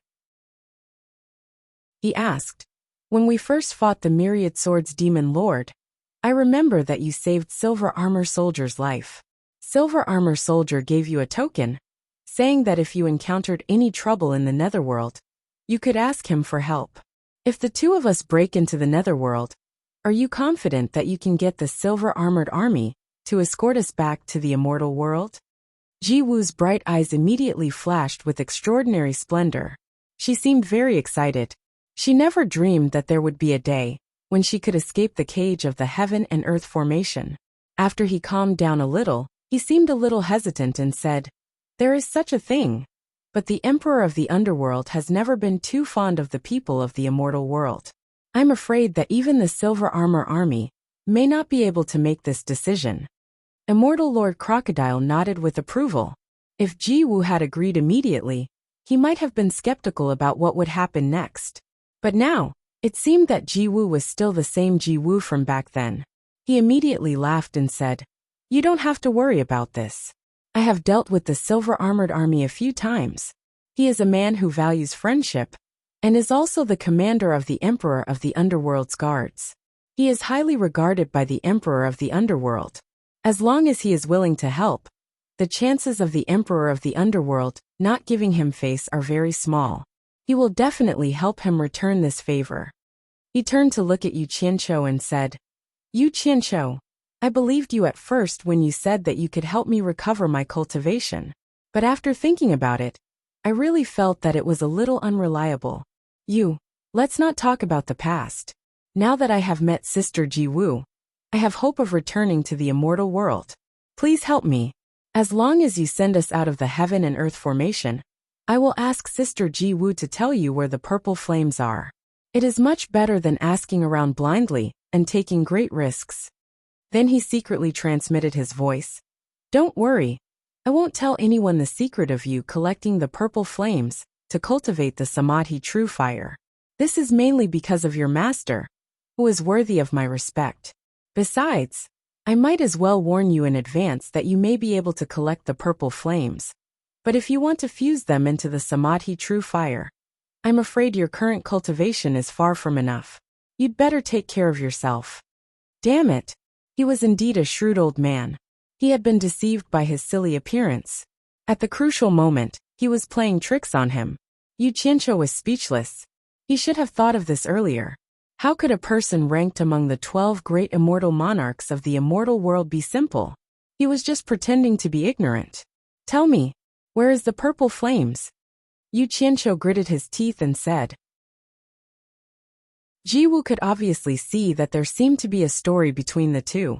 She looked at Immortal Crocodile inquiringly, asking if he should tell her. Immortal Crocodile pondered for a moment and said, "Yu Qianqiu, don't misunderstand and don't overthink it. I have absolutely no ill intentions towards you. Similarly, I trust you." He then turned to Ji Wu and nodded. "Tell him first." Ji Wu looked up and down at Yu Qianqiu with a somewhat curious gaze. She slowly said, "In the easternmost region of this continent, there's a barren wasteland where not even a blade of grass grows. Someone once saw traces of purple flames there. Why don't you go there and take a look?" Chapter 792. The Easternmost Land? Yu Qianqiu was surprised. In the easternmost part of this continent? Ji Wu nodded slightly to confirm. Yu Qianqiu thought for a while and asked, "Do you have a specific location?" "The easternmost land is too big. Can you be more specific?" "I can't be more specific. No one knows the specific location, because no one can go deep into it. In addition, rumor has it that the purple fire appears and disappears randomly. You can't see it unless it's by chance. Those who have seen it before are purely coincidental. So I can't tell you the specific location," Ji Wu explained. Immortal Lord Crocodile nodded. "That depends on your luck." Yu Qianqiu was silent for a long time before he raised his head to look at the two. His gaze landed on Immortal Lord Crocodile, and he slowly said, "Old monster, I can bring the two of you out of the heaven and earth universe formation, but you have to promise me that you will not stay in the human world." Before he finished, Immortal Lord Crocodile waved his hand indifferently. "You worry too much. You don't have to worry about that. It's meaningless for us to stay in the human world. Once we're out of the heaven and earth universe formation, we'll go straight to the netherworld and return to the celestial world. From then on, haha, if fate allows it, we'll meet again in the celestial world." "All right," Yu Qianqiu said firmly. "I believe you. I hope you're not lying to me. Otherwise, I'll send you off now." "Wait," Ji Wu stretched out her arms and said with a hint of anger in between her brows. "Now is not the time to leave. Wait until I recover and kill those Rakshasa people. We can't just let them go like this." Those who could make it to the celestial world's 12 great immortal lords were indeed not to be trifled with. Beauties were no exception. Yu Qianqiu glanced at Ji Wu and thought. Immortal Lord Crocodile frowned and said, "Sister Ji Wu, I have something to say, but I don't know if I should say it." Ji Wu was startled. She seemed to have guessed what Immortal Crocodile was going to say. Her eyes flickered, and she bit her lip. She bowed slightly and said, "Brother Crocodile, if you have something to say, just say it. I will listen." "Sister, it is indeed important to recover from your injuries first. But revenge?" Immortal Lord Crocodile hesitated for a while and said slowly, "In my opinion, if you really want revenge, don't you think trapping the Rakshasa and the others here forever is the greatest revenge? Besides, I'm worried that things might change if we delay. Of course, I'm just saying. You can make the decision yourself." Ji Wu bit her lip. She seemed to have made up her mind and said, "Sister, listen to Brother Crocodile. Give me 3 days to heal." Immortal Crocodile nodded in satisfaction. He looked at Yu Qianqiu and said, "Wait for us for 3 days. Bring us out of the heaven and earth Qian Kuan array 3 days later. How about that?" "Sure," Yu Qianqiu agreed. He walked to the side and sat down with his eyes closed. He looked calm on the surface, but he felt that he had agreed too rashly. However, there was nothing he could do. With their cultivation levels, he could not do anything to them. Immortal Lord Crocodile must have known that. If he didn't agree, Ji Wu's injuries would heal sooner or later. Once she recovered, with her cultivation level, the Holy East Land would be her world, and it would be very difficult for him to have the chance to collect the purple flames again. Ji Wu also swallowed the immortal pill, and immediately sat down cross-legged to heal her injuries. Immortal Lord Crocodile looked at the two of them, and sat down cross-legged in between them. Inside the cave, the sun and the moon did not know. To them, time was like a flash of light in the cave. 3 days in the cave passed quickly. Yu Qianqiu's heart was not at peace during these 3 days. He kept thinking of countermeasures in case something unexpected happened. In less than 3 days, Ji Wu was the first to stand up, feeling refreshed. Immortal Lord Crocodile opened his eyes and smiled. "Sister, how do you feel?" Ji Wu bowed and said, "It's all thanks to Big Brother Crocodile's elixir. Otherwise, I would not have recovered so quickly. Let me freshen up first. Then I will leave the heaven and earth universe formation with Big Brother Crocodile." After saying that, she turned and walked to the pool. She did not even take off her clothes. The pool water slowly submerged her. The water rippled, and there was a white figure dancing under the water. Damn it! How could she bathe like this without taking off her clothes? Yu Qianqiu was speechless and a little disappointed. However, when the beauty came out of the water again, Yu Qianqiu's eyes lit up. Ji Wu slowly walked out of the water. Her long hair was wet, and her skin was smooth. She had washed away the blood on her body. Water droplets dripped from her cold, pretty face. She was like a thorny rose in the morning, enduring the dew. Coupled with the sunlight in the cave, it was really tempting. She raised her hands high and tied her long hair into a bun again. The palace gauze wrapped around her body, accentuating her exquisite curves. However, good things did not last long. As soon as Ji Wu walked to the shore, a white mist rose from her body. As the mist dissipated, the hibiscus out of the water instantly returned to her cold and dignified appearance. She seemed to notice that someone was looking at her. She stared at him coldly with a murderous look. Yu Qianqiu shivered, and immediately turned his head to the side awkwardly. he saw Immortal Lord Crocodile staring at him with a sneer. It seemed to be saying, "I don't even dare to look at you. You're really brave." Yu Qianqiu coughed and stood up. He glanced at the two of them and said indifferently, "Can the two of you leave now?" Immortal Lord Crocodile looked at Ji Wu inquiringly. Ji Wu nodded. He also stood up and explained to Ji Wu. He's going to use a magical teleportation array. He'll need the girls' cooperation later. Close your eyes first. He told Ji Wu what Yu Qianqiu had told him. The latter frowned slightly and muttered softly, "Teleportation array?" Although she did not understand, she trusted Immortal Lord Crocodile, and nodded in agreement. "Everyone stand closer." Yu Qianqiu put on an act, and called the two of them to his side. Then, he threw a few small silver balls at them. Then he formed hand seals and muttered something. Ji Wu looked at Immortal Lord Crocodile in confusion. Seeing that he had already closed his eyes, she hesitated for a moment, and closed her eyes as well. In the blink of an eye, Ji Wu heard a shrill wind in her ears. The temperature dropped a lot. She noticed that her surroundings seemed to have changed. Her eyes moved under her eyelids. She wanted to open her eyes to take a look, but she did not dare to take the risk. In the end, she held back. Yu Qianqiu looked around and smiled at the two of them. "Okay, we're here." The two of them opened their eyes at the same time, only to see that their surroundings were dark and gloomy, and the chilly wind was howling. In front of them was a gloomy and terrifying cave with its mouth wide open, like a monster opening its mouth and roaring. The strong chilly wind was blowing out from that cave. Immortal Lord Crocodile and Ji Wu looked at each other. The latter cried out, "Ninth Netherworld Cave." Ji Wu was in disbelief. She took a few steps forward and stood at the edge of the cliff. She stared at the cave opposite and said in a trembling voice, "It's really the Ninth Netherworld Cave." She turned back and said excitedly, "Big Brother Crocodile, am I dreaming? This is the Ninth Netherworld Cave. I'm really out of the Heaven and Earth universe formation. Is this real?" Immortal Lord Crocodile smiled and nodded.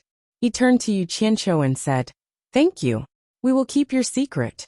We will never tell anyone about it. I hope we will meet again in the immortal world." He stretched out his hand and said, "Give me a storage bag." "What for?" Yu Qianqiu asked suspiciously, but he still took out a storage bag and handed it to Immortal Lord Crocodile. After Immortal Monarch Crocodile received the interspatial pouch, he immediately took out a bunch of shiny black things from his storage bracelet and put them into the interspatial pouch. Yu Qianqiu's eyes widened in shock, and his heart thumped wildly. "Divine Great Spirit Stones. Is it for me?" Sure enough, Immortal Monarch Crocodile handed it back to Huang Xiaolong with a smile. "I don't have anything to thank you with, but I can see that you like spirit stones. Here are 200 million Divine Great Spirit Stones. Take it as our thanks for your help. With a beauty by my side, I have to be polite." Yu Qianqiu's heart itched, but he pretended to be serious and grabbed the storage bag tightly. He pretended to decline. "You're too polite. We helped each other, and it's just a small favor. There's no need to be so polite." Immortal Lord Crocodile looked at his hand that was clutching the storage bag tightly. He shook his head and laughed. If you can successfully return to the immortal world with little sister Ji Wu, with her cultivation, these spirit stones are nothing. If you can't return smoothly, it's a waste to keep these spirit stones. You should just accept them." He let go of the storage bag. "AI, since you've put it this way, I won't be unreasonable." Yu Qianqiu quickly stuffed the storage bag into his robe and touched his chest. A smile bloomed on his face. Suddenly, his eyes turned, and he took out a small silver ball. He pretended to inject a few spells into it, then grabbed Immortal Lord Crocodile's hand and stuffed it into his palm. Immortal Lord Crocodile was stunned. He was very familiar with this thing. He asked, "What do you mean?" "That." Yu Qianqiu sighed. "As you said, I hope we'll have a chance to meet in the immortal world. If you can successfully pass through the netherworld and return to the immortal world, you can scatter this small silver ball somewhere in the immortal world. If I really have a chance to go to the immortal world, I'll be able to sense it. At least I'll know that you've arrived safely. If possible, I might go find you, old monster, to reminisce about old times. Do you welcome me?" Immortal Lord Crocodile paused, then immediately laughed. Okay, it's a deal. We'll meet again in the immortal world, if there's a chance. He put the silver ball in his hand into his bracelet. Yu Qianqiu took 2 steps back, and cupped his hands at the two. I wish the two of you a smooth journey, and a safe return to the immortal world. Please. He raised his hand, and gestured to the entrance of the 9th netherworld cave. Immortal Lord Crocodile and Ji Wu looked at each other. The latter nodded slightly at Yu Qianqiu to express his gratitude. Then, they turned into 2 rays of white light, and flashed into the 9th netherworld cave. Yu Qianqiu stood on the cliff, facing the chilly wind blowing out of the cave expressionlessly. He seemed to be waiting for something. After a long time, the 9th netherworld cave suddenly spewed out a strong, ink-black chilly wind. The howling of the wind was mournful. After a while it slowly calmed down. He slowly heaved a sigh of relief. The change in the 9th netherworld cave just now meant that someone had opened the gate to the netherworld and finally sent these 2 great gods away. Chapter 793. Although Immortal Crocodile did not do anything wrong, Yu Qianqiu still felt that Immortal Crocodile was the one who pretended to be a pig to eat a tiger. Thinking of this, he wanted to give Immortal Crocodile a few more silver balls and ask him to help him throw some into the netherworld. But he was afraid of arousing Immortal Crocodile's suspicions, so he held back in the end. After being distracted for a while, he turned around and saw Yu Ji and the others from the Evil Wind Valley bowing to him. Obviously, they were attracted by the changes in the 9th netherworld cave. Yu Qianqiu waved his hand expressionlessly and said, "There's nothing else, disperse." After saying that, he disappeared. When he reappeared, he was back in the karst cave where he had stayed before. He looked around and found that he was the only one left, so he was a little disappointed. Then he seemed to have thought of something and snickered again. He looked at his palm and sighed. Even in the immortal world, who has ever touched immortal monarch dancing? Geez, but I have touched it, hee. Amidst the laughter, he took off his clothes and changed into the almost naked fur clothes of the cannibals. Then he carried a spear, flashed into the cave wall, and quickly rose to the surface. After reaching the surface, he poked his head out and looked around. Seeing that there was nothing unusual, he climbed out of the ground.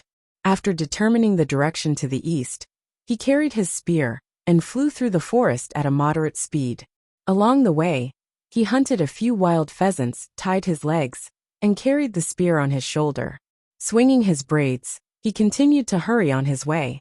He looked valiant and heroic, as well as romantic and elegant.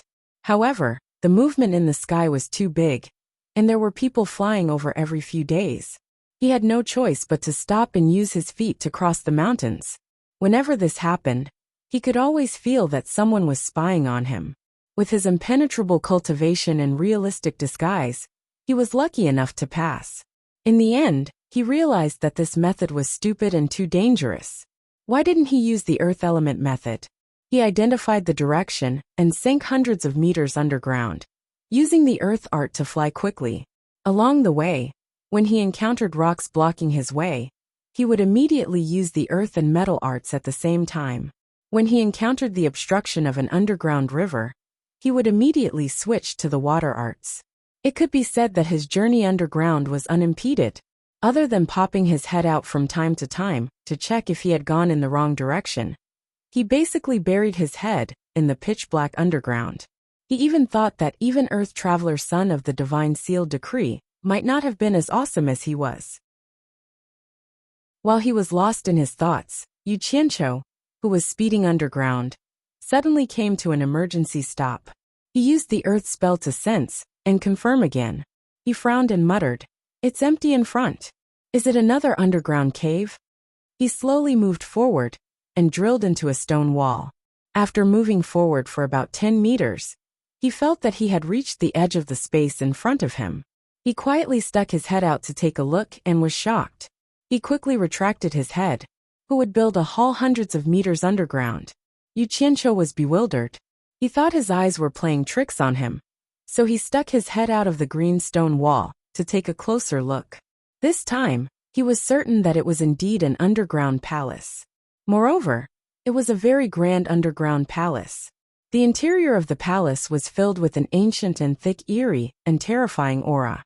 There were some fluorites embedded in the surroundings, but there weren't many of them. The dim lighting made the palace even more eerie and terrifying.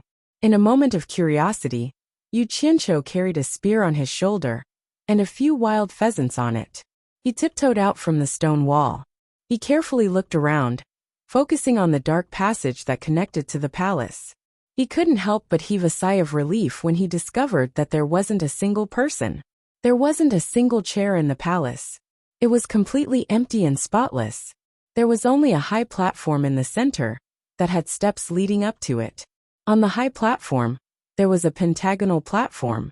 There was a stone carving on the stone wall behind the platform. It seemed to be the back view of a scholar, writing in front of a writing desk. The carving was very lifelike, but the face couldn't be seen. It seemed mysterious and strange. Yu Qianqiu was getting more and more curious. Why would the stone carving on the main seat use the back view of a scholar as the main character? What was the meaning of this? Could it be that this scholar had some unusual meaning? He looked at the stone walls on his left and right, and was attracted by the stone carvings on the walls on both sides. On both sides, there were 6 men wearing mighty battle armor. Their faces were lifelike, but they were all different. However, each of them had an extraordinary aura. There were a total of 12 people on both sides. All of them were facing the portrait of the scholar's back on the stone wall, as if they were in awe of the scholar, giving the impression that they were all the scholar's subordinates. Could it be that this was an underground palace used for sacrificial ceremonies? Who would dig a palace several hundred meters underground? Yu Qianqiu carried a spear with a few wild pheasants on it. He stood in the main hall and rubbed his chin. Suddenly his body trembled. He looked at the 12 armored statues on both sides in a daze.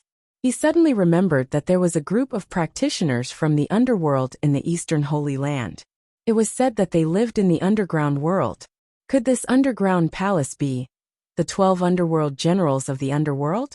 Could they be the 12 underworld generals of the underworld? Yu Qianqiu stared at the stone carving of the scholar on the main seat on the high platform. He gasped and mumbled to himself. Could it be that this scholar is the legendary emperor of the underworld? How could the emperor of the underworld be a scholar? That's right. He is the emperor of the underworld, the ruler of the underworld. A woman's voice rang out behind him. Yu Qianqiu was startled. He turned around hastily and accidentally threw the few dead wild pheasants on the spear far away. He saw a woman in black clothes with half of her face covered by a black veil. She had long hair that reached her shoulders. Other than the black veil on her face, she had no other accessories on her body. Although she looked like a living person, the deathly energy on her body was even heavier than that of Yu Ji, of the Chilly Wind Valley. She was looking at him curiously. Who are you? Yu Qianqiu held the spear with both hands and pointed it at her. His action seemed a bit childish. The mysterious woman glanced at the wild pheasant that had fallen to the ground, then looked at Yu Qianqiu's almost naked attire, and a stunned expression appeared on her face as she asked in a puzzled voice, "Are you a native from another tribe?" Then she reacted and said with a frown, "It's impossible. How could a native of the outside world break into this place? Who are you?" Yu Qianqiu had calmed down and was ready to leave at any time. He put away the spear and walked over to pick up the wild pheasants he had thrown aside. He put the pheasants on the spear and put them on his shoulder again. He looked at her and sneered, "You don't dare to show your true face. Where did you come from? How dare you break into this place?" "I broke into this place." The woman paused and said, "This is the sacred hall I built myself. I am the underworld saintess, appointed by His Majesty the Emperor of the underworld. How could I be a female thief?" Yu Qianqiu was startled when he heard this. He didn't expect that this woman would tell him all her secrets, just by asking casually. Why did he feel that she was a bit stupid? With a tentative attitude he asked, "The underworld saintess? How come I have never heard of it? What does the underworld saintess do?" "Preside over all the important ceremonies of the underworld," the mysterious woman asked rhetorically. "You don't even know this?" "Oh, I think I have heard of it," Yu Qianqiu said disapprovingly. He relaxed his vigilance a little. He had already evaluated this so-called underworld saintess as an idiot 80%. But he still didn't dare to underestimate her. He was afraid that he would run into another person who pretended to be a pig to eat a tiger. Who are you? How could you enter the sacred hall? The underworld saintess asked. What's so strange about that? Yu Qianqiu pointed at the passageway behind her and said, Of course I walked in from there. Otherwise, where do you think I came in from? Impossible. The underworld saintess shook her head and said, Unless there is some important ceremony, even the 12 netherworld generals under the emperor of the underworld wouldn't dare to break into this place. Are you serious? Yu Qianqiu raised his eyebrows and asked suspiciously. If that's the case, your status in the underworld is even higher than the 12 netherworld generals? Your cultivation level is also higher than theirs? My cultivation level isn't as high as theirs, but they are very respectful to me and have always protected me, the underworld saintess said calmly. Have always protected you? Yu Qianqiu sneered and said, Why did I hear that the 2 netherworld generals here have already been killed? How can they still protect you? That's because they have completed their mission. I no longer need their protection. This is also their destiny. The underworld saintess spoke slowly, and then walked over gracefully. Yu Qianqiu quickly dodged to the side. However, he saw that she had no intention of doing anything to him. Instead, she silently walked past him and walked up the stairs to the high platform. Yu Qianqiu realized that this woman didn't make any sound as she walked.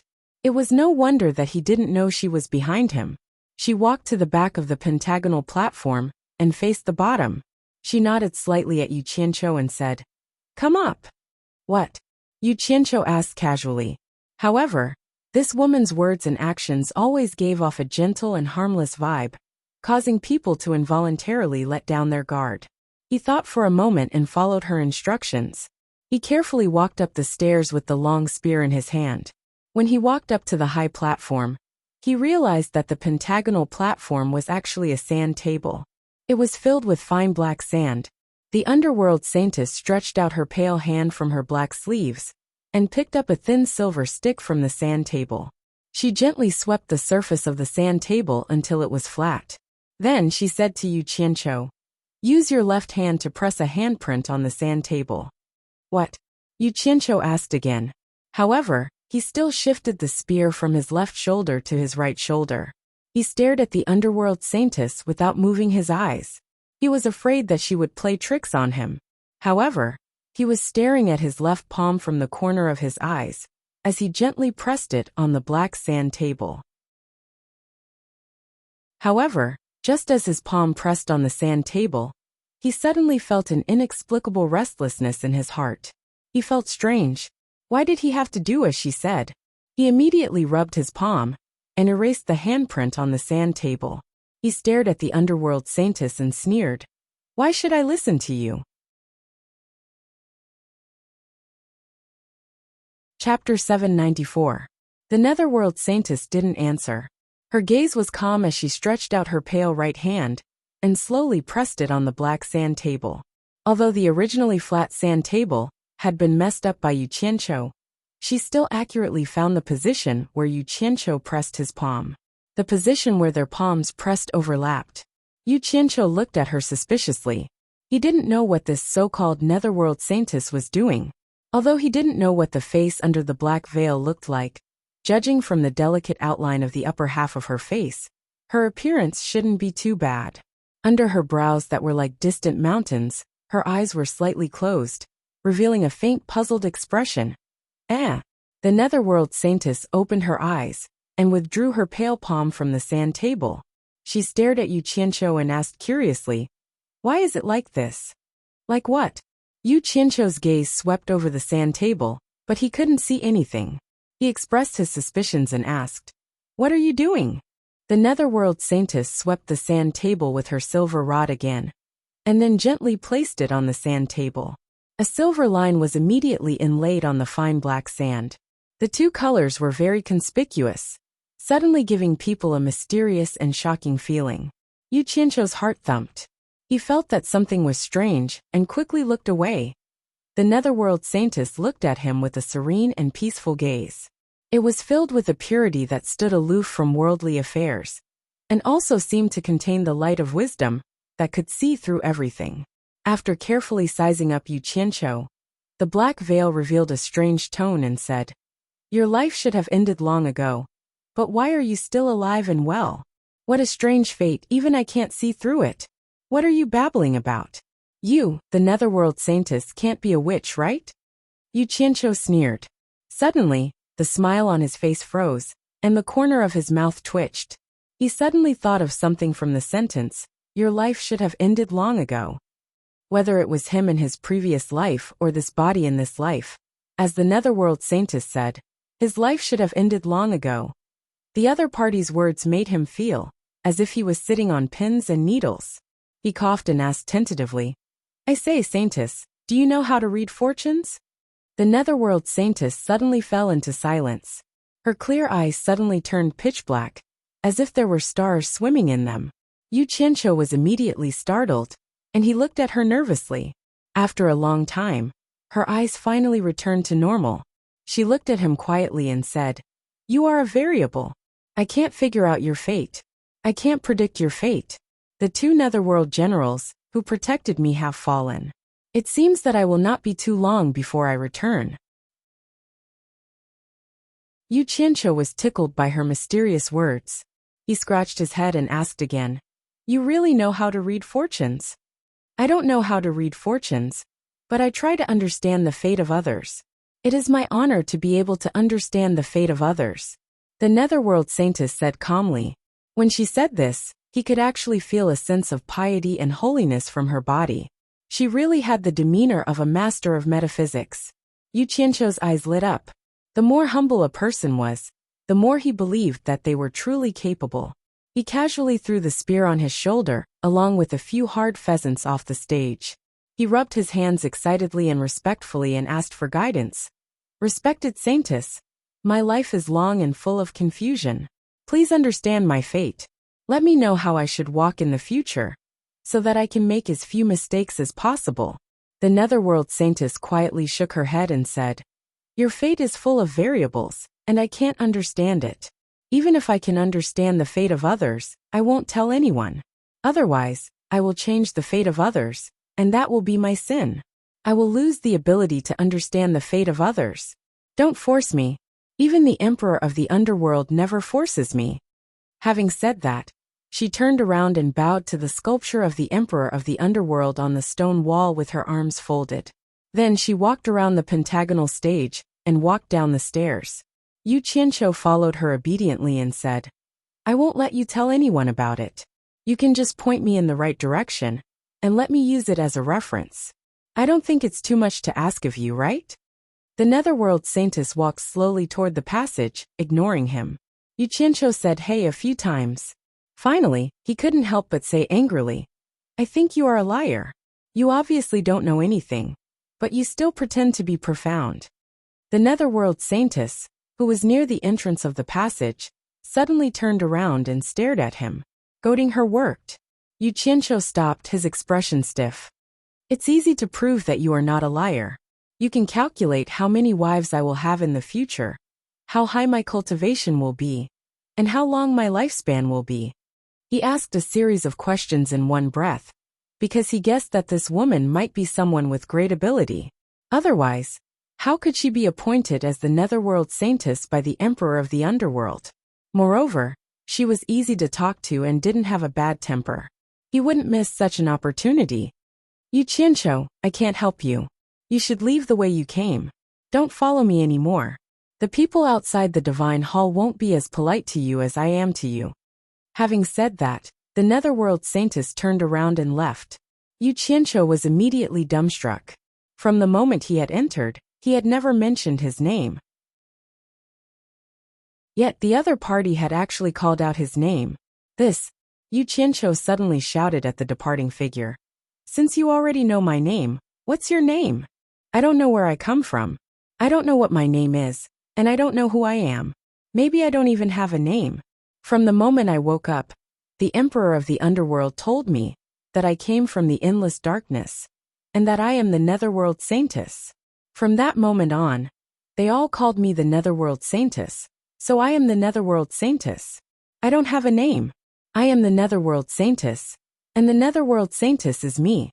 As the figure of the Netherworld Saintess disappeared into the depths of the long tunnel, the voice also faded away. Yu Qianqiu stood alone in the dim underground sacred hall for a while. He wanted to go out with the Netherworld Saintess, but he didn't dare to. Just as the Netherworld Saintess had said, the meditation practitioners outside would not be polite to an intruder like him. Looking around the holy palace once more, he suddenly felt as if he was dreaming. He had suddenly appeared here. And then a woman who claimed to be the Underworld Saintess had suddenly appeared. After a baffling conversation, he felt as if it was all very surreal. It was as if the two of them were destined to meet here for a short period of time. He calmed himself down and stopped thinking about it. It was more important to do his own things. Yu Qianqiu's gaze fell on the things he had thrown away. He walked over and skewered a wild pheasant with his long spear, and carried it on his shoulder again. Suddenly, he began to walk in the footsteps of a Beijing opera. He pointed his finger at the wall in front of him. His eyes were wide open as he shouted, "Look at the dark hole in front of us. It must be the thieves' lair. Wait for me to catch up and kill them all." Dong dong dong. He rushed into the wall and disappeared. It was lonely to travel alone in the dark underground. Moreover, the speed underground was not as fast as flying in the sky, so he could only find ways to relieve his boredom. A few days later, he suddenly felt that the surrounding soil was getting harder and harder, and the surrounding temperature was getting higher and higher. Feeling curious, he came out of the ground to check, and to make sure that he had not deviated from the direction he was walking. A head suddenly popped out of a vast and desolate Gobi Desert. The head was full of small braids, and it was looking around. This was a very wide desert, and there were no obstacles in sight. The sky was high, the clouds were clear, and the sun was bright and clear. Yu Qianqiu directly jumped out of the ground and breathed in the fresh air. He had been so bored underground for the past few days. This place was spacious enough. Although it was easy to be discovered by others, it was also easy for him to discover others, which was good for escaping. Now he felt sick at the thought of going underground. The excitement he had when he had mastered the Earth formula had already faded away in the past few days. Anyone who went underground and had to see rats and earthworms running around in fear would not be able to feel happy. He carried the long spear and swayed for a while, but he did not find any signs of anyone flying in the sky. The surroundings were also desolate. Other than the grayish-brown gravel, there was no sign of life, not even a blade of grass. Such signs might have something to do with the high temperature here, which was abnormal. But it was also to his liking. It was better if there was no one. He put away the spear and flew freely in the vast Gobi Desert. He did not encounter any obstacles along the way, but the temperature was getting higher and higher. It was so high that it was scary. If he did not cultivate the fire formula, he was afraid that he would not be able to withstand it for long, no matter how high his cultivation was. As far as Chu Tian's eyes could see, a hazy gray shadow suddenly appeared on the Gobi Desert. When he got closer, he discovered that it was a continuous range of mountains. Once he flew above the mountains, he suddenly felt that he could not bear it, and landed on a bare mountain top. The mountains in front of him were all bare. Animals and plants could not possibly survive under such high temperature. Yu Qianqiu looked around, and his face showed some surprise. He really could not understand. Logically speaking, he cultivated the fire formula, so he should not be afraid of high temperature. But he actually faintly felt that he could not bear it. He looked in front of him. Judging from the feelings he had felt along the way, the temperature there should be even higher. He did not dare to go forward, afraid that he, a person who cultivated the fire formula, would be roasted. In the midst of his fear and hesitation, a pleasantly surprised expression suddenly appeared on his face. He quickly looked around, as if he was looking for something. Think about it. Not to mention the temperature of ordinary fire. He was not even afraid of the tyrannical high temperature of the blue fire. Then what kind of high temperature in this world could deter him? Without a doubt, other than the legendary purple fire that ranked first in the true Samadhi fire, he really could not think of anything else that could have a higher temperature. Chapter 795. Thinking of this, his excitement overcame his fear of the high temperature. He gritted his teeth and continued to fly forward. He firmly believed that the place with the highest temperature was the place where the purple flames were most likely to appear. So he was looking for trouble, however. After flying for several kilometers, he felt that he could no longer fly. The temperature in front of him was simply too high. So high that it was frightening. He used the fire art to resist the high temperature, but he was still tormented by the high temperature. He fell from the sky in a sickly state, panting heavily as he looked around, not knowing whether to laugh or cry. This godforsaken place was even more fiery than the flaming mountain in Journey to the West. It was probably comparable to Taishang Laojuan's 8 trigrams furnace. He did not know how that furry monkey managed to survive. It seemed like the legendary Samadhi true fire was used to refine Sun Wukong. Damn it! All hail Sun Wukong! Yu Qianqiu stood at the top of the mountain and took a deep breath. He immediately realized that the air around him was filled with the smell of sparks. He uprooted a large tree from Utopia and casually waved it out. As soon as it left the protection of his fire art, it immediately ignited with a buzz. The fire instantly became ferocious, and the tree that was filled with water instantly turned into ashes and scattered, leaving him speechless. Without a doubt, this was the easternmost land that Ji Wu had mentioned. No wonder she said that no one could go deep. Even he, who cultivated the fire art, could not endure it. No matter how high the cultivation of others was, it would probably be difficult. The sun was blazing in the sky, and the ground was thousands of times hotter than the sun. Yu Qianqiu felt like he was a bun in a steamer that was about to be cooked. However, looking around, the mountains rose and fell, and the world was vast. He could not see a single trace of the purple flames. He really could not stay any longer. If he did, he would definitely die, let alone go deeper. Yu Qianqiu immediately took out a small silver ball and prepared to leave. However, as soon as he threw the small silver ball, it turned into a pool of mercury before it even hit the ground. He was stunned for a moment, but immediately realized that the temperature was too high.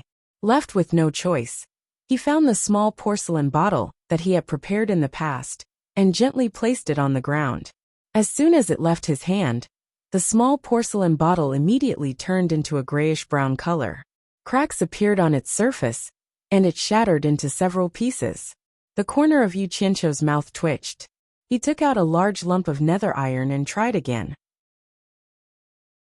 However, the moment he let it go, the nether iron instantly emitted black smoke and turned into black water, dyeing the ground black.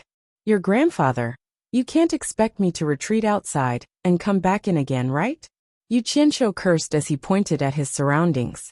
In the end, Bai Changchun decided to go all out. He took out a storage bracelet and took out treasures one by one and threw them out. These were the treasures Bai Changchun had obtained when he killed Jin Miao and the others in the cannibal tribe. He wanted to see what kind of treasures could withstand such high temperatures. The result left him dumbfounded. All the treasures he had thrown out had turned into liquid metal. Yu Qianqiu was completely speechless. These were all treasures from the immortal world. The power of these purple flames was simply too terrifying. He had not even seen the purple flames yet, but the heat they emitted was already so terrifying. Speechless, he gritted his teeth and took out Jin Miao's defensive treasure, the golden umbrella. Once the golden umbrella was taken out, it immediately shone with golden light. What made him overjoyed was that it was indeed a treasure personally bestowed by the immortal emperor. It could actually withstand such terrifying heat. Damn, it really is a good treasure. Yu Qianqiu, who was hiding in the golden light under the umbrella, was extremely cocky. Under the protection of the golden umbrella, the temperature inside and outside were worlds apart. Without a word, he immediately flew up with a big umbrella that shone with golden light. He hid under the umbrella and looked around contentedly, hoping to find traces of the purple flames. He was dressed almost completely naked, but he was flying with an umbrella. The way he was dressed was extraordinarily avant-garde. However, not long after, he realized that something was wrong. It seemed like the protective golden light emitted by the golden umbrella was a little chaotic and was shining dimly. Yu Qianqiu also felt the heat coming from the handle of the umbrella. Not good. This golden umbrella was powerful, but it could only last for a limited time. If he persisted any longer, this good treasure would be destroyed. Yu Qianqiu hurriedly landed and looked around anxiously. He had to find a way to leave a teleportation coordinate, or he would have to repeat the journey here indefinitely. After hesitating for a while, the golden umbrella had already begun to turn red, like a red-hot soldering iron. In his panic, Yu Qianqiu's eyes suddenly lit up. He remembered the scene when a mortal crocodile had used the divine sword to kill Jin Miao. The power of the divine sword could not even be blocked by the golden umbrella, so it was naturally more powerful than the golden umbrella. Moreover, the divine sword had absorbed his blood essence, so it was a good item to use as a teleportation coordinate. At this thought, he saw that the golden umbrella was about to collapse. He did not dare to hesitate anymore. The divine sword flashed quickly and stabbed into the ground with a swoosh. Yu Qianqiu directly carried the umbrella and disappeared on the spot. Lady Mu was meditating under a tall magnolia tree on Obedient Island in the demonic ghost domain, when she suddenly heard the sound of something falling into the water, followed by a strange splash. When she opened her eyes, she immediately saw intense white smoke rising from the lake beside Obedient Island. It was a vast expanse of whiteness. Lady Mu teleported over with an angry look on her face. She was just about to rebuke the newcomer when she heard Yu Qianqiu's comfortable moans coming from the boundless white mist. She couldn't help but be startled. When the white fog rose and disappeared, she saw a shirtless Yu Qianqiu playing around in the lake with a golden umbrella. After the temperature had completely cooled down, Yu Qianqiu quickly flashed to Obedient Island and took out the golden umbrella again. The golden light from the umbrella's rim once again wrapped him up. Seeing that the treasure was not damaged, Yu Qianqiu finally heaved a sigh of relief and put away the golden umbrella. When he saw Miss Mu, who was looking at him with a surprised expression, he turned his hand and summoned a water dragon from the 1,000-mile lake. The meandering water shot over and instantly froze into a large block of ice that was several meters wide. Yu Qianqiu waved his hand and said, "Hurry up and send some fresh fruits over. I almost died from the heat."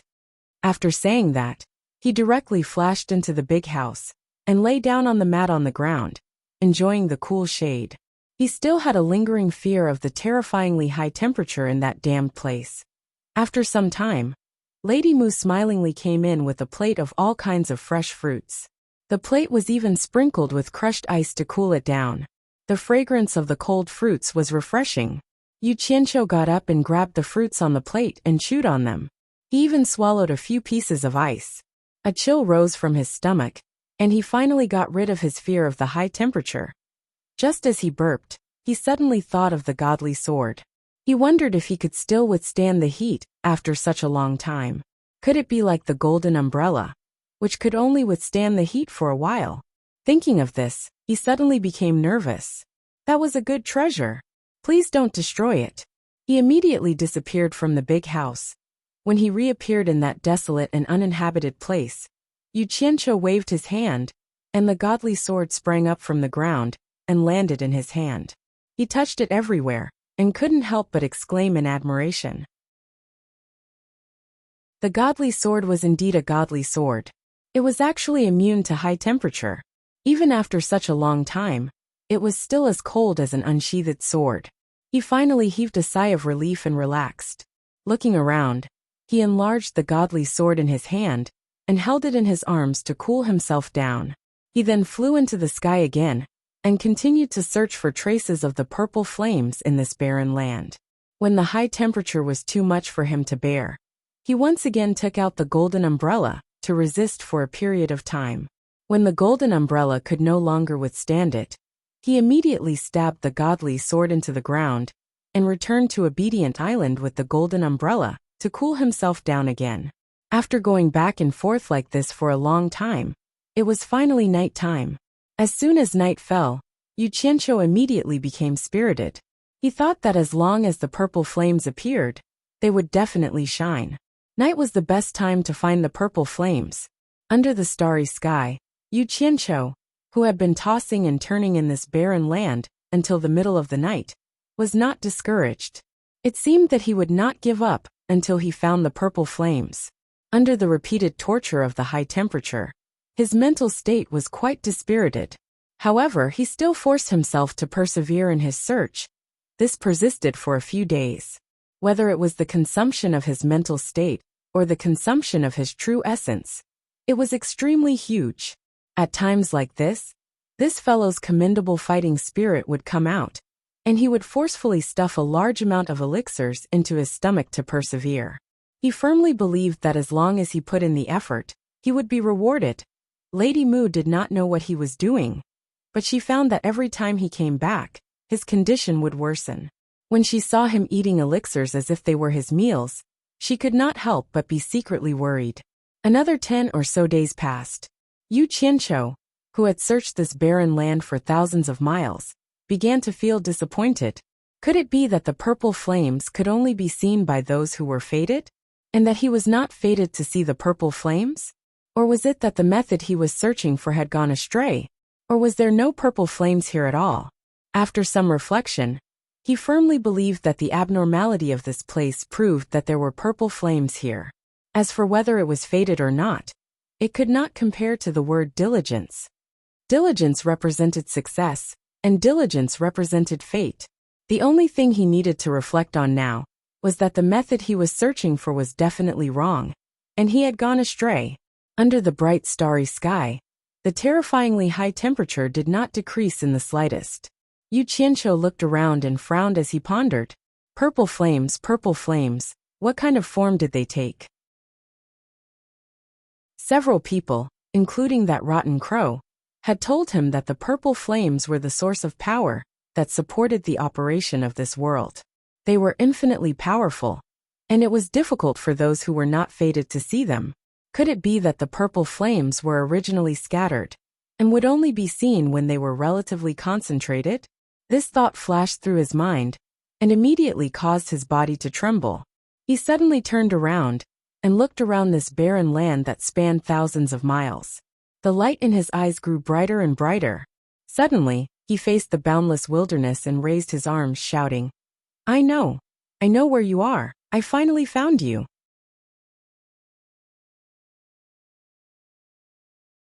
Chapter 796. After going through countless hardships and connecting all the clues together, at this moment, he suddenly understood. The reason why the purple flame could appear and disappear so mysteriously, making it so difficult for people to see it, was not because it could turn invisible, but because it could split into many parts, making it impossible for people to see it with the naked eye.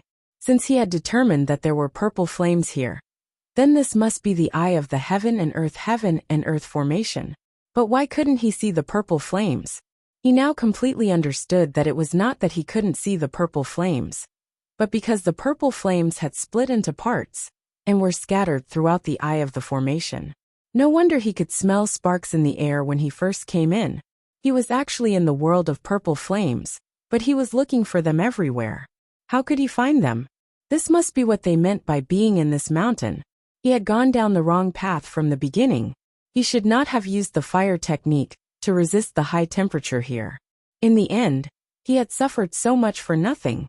The scorching heat was getting more and more unbearable, causing Yu Qianqiu to quickly wake up from his thoughts.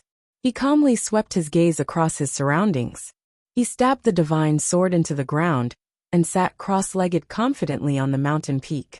The fire technique began to give up on resisting the high temperature, and instead boldly absorbed the fire elements hidden in the air.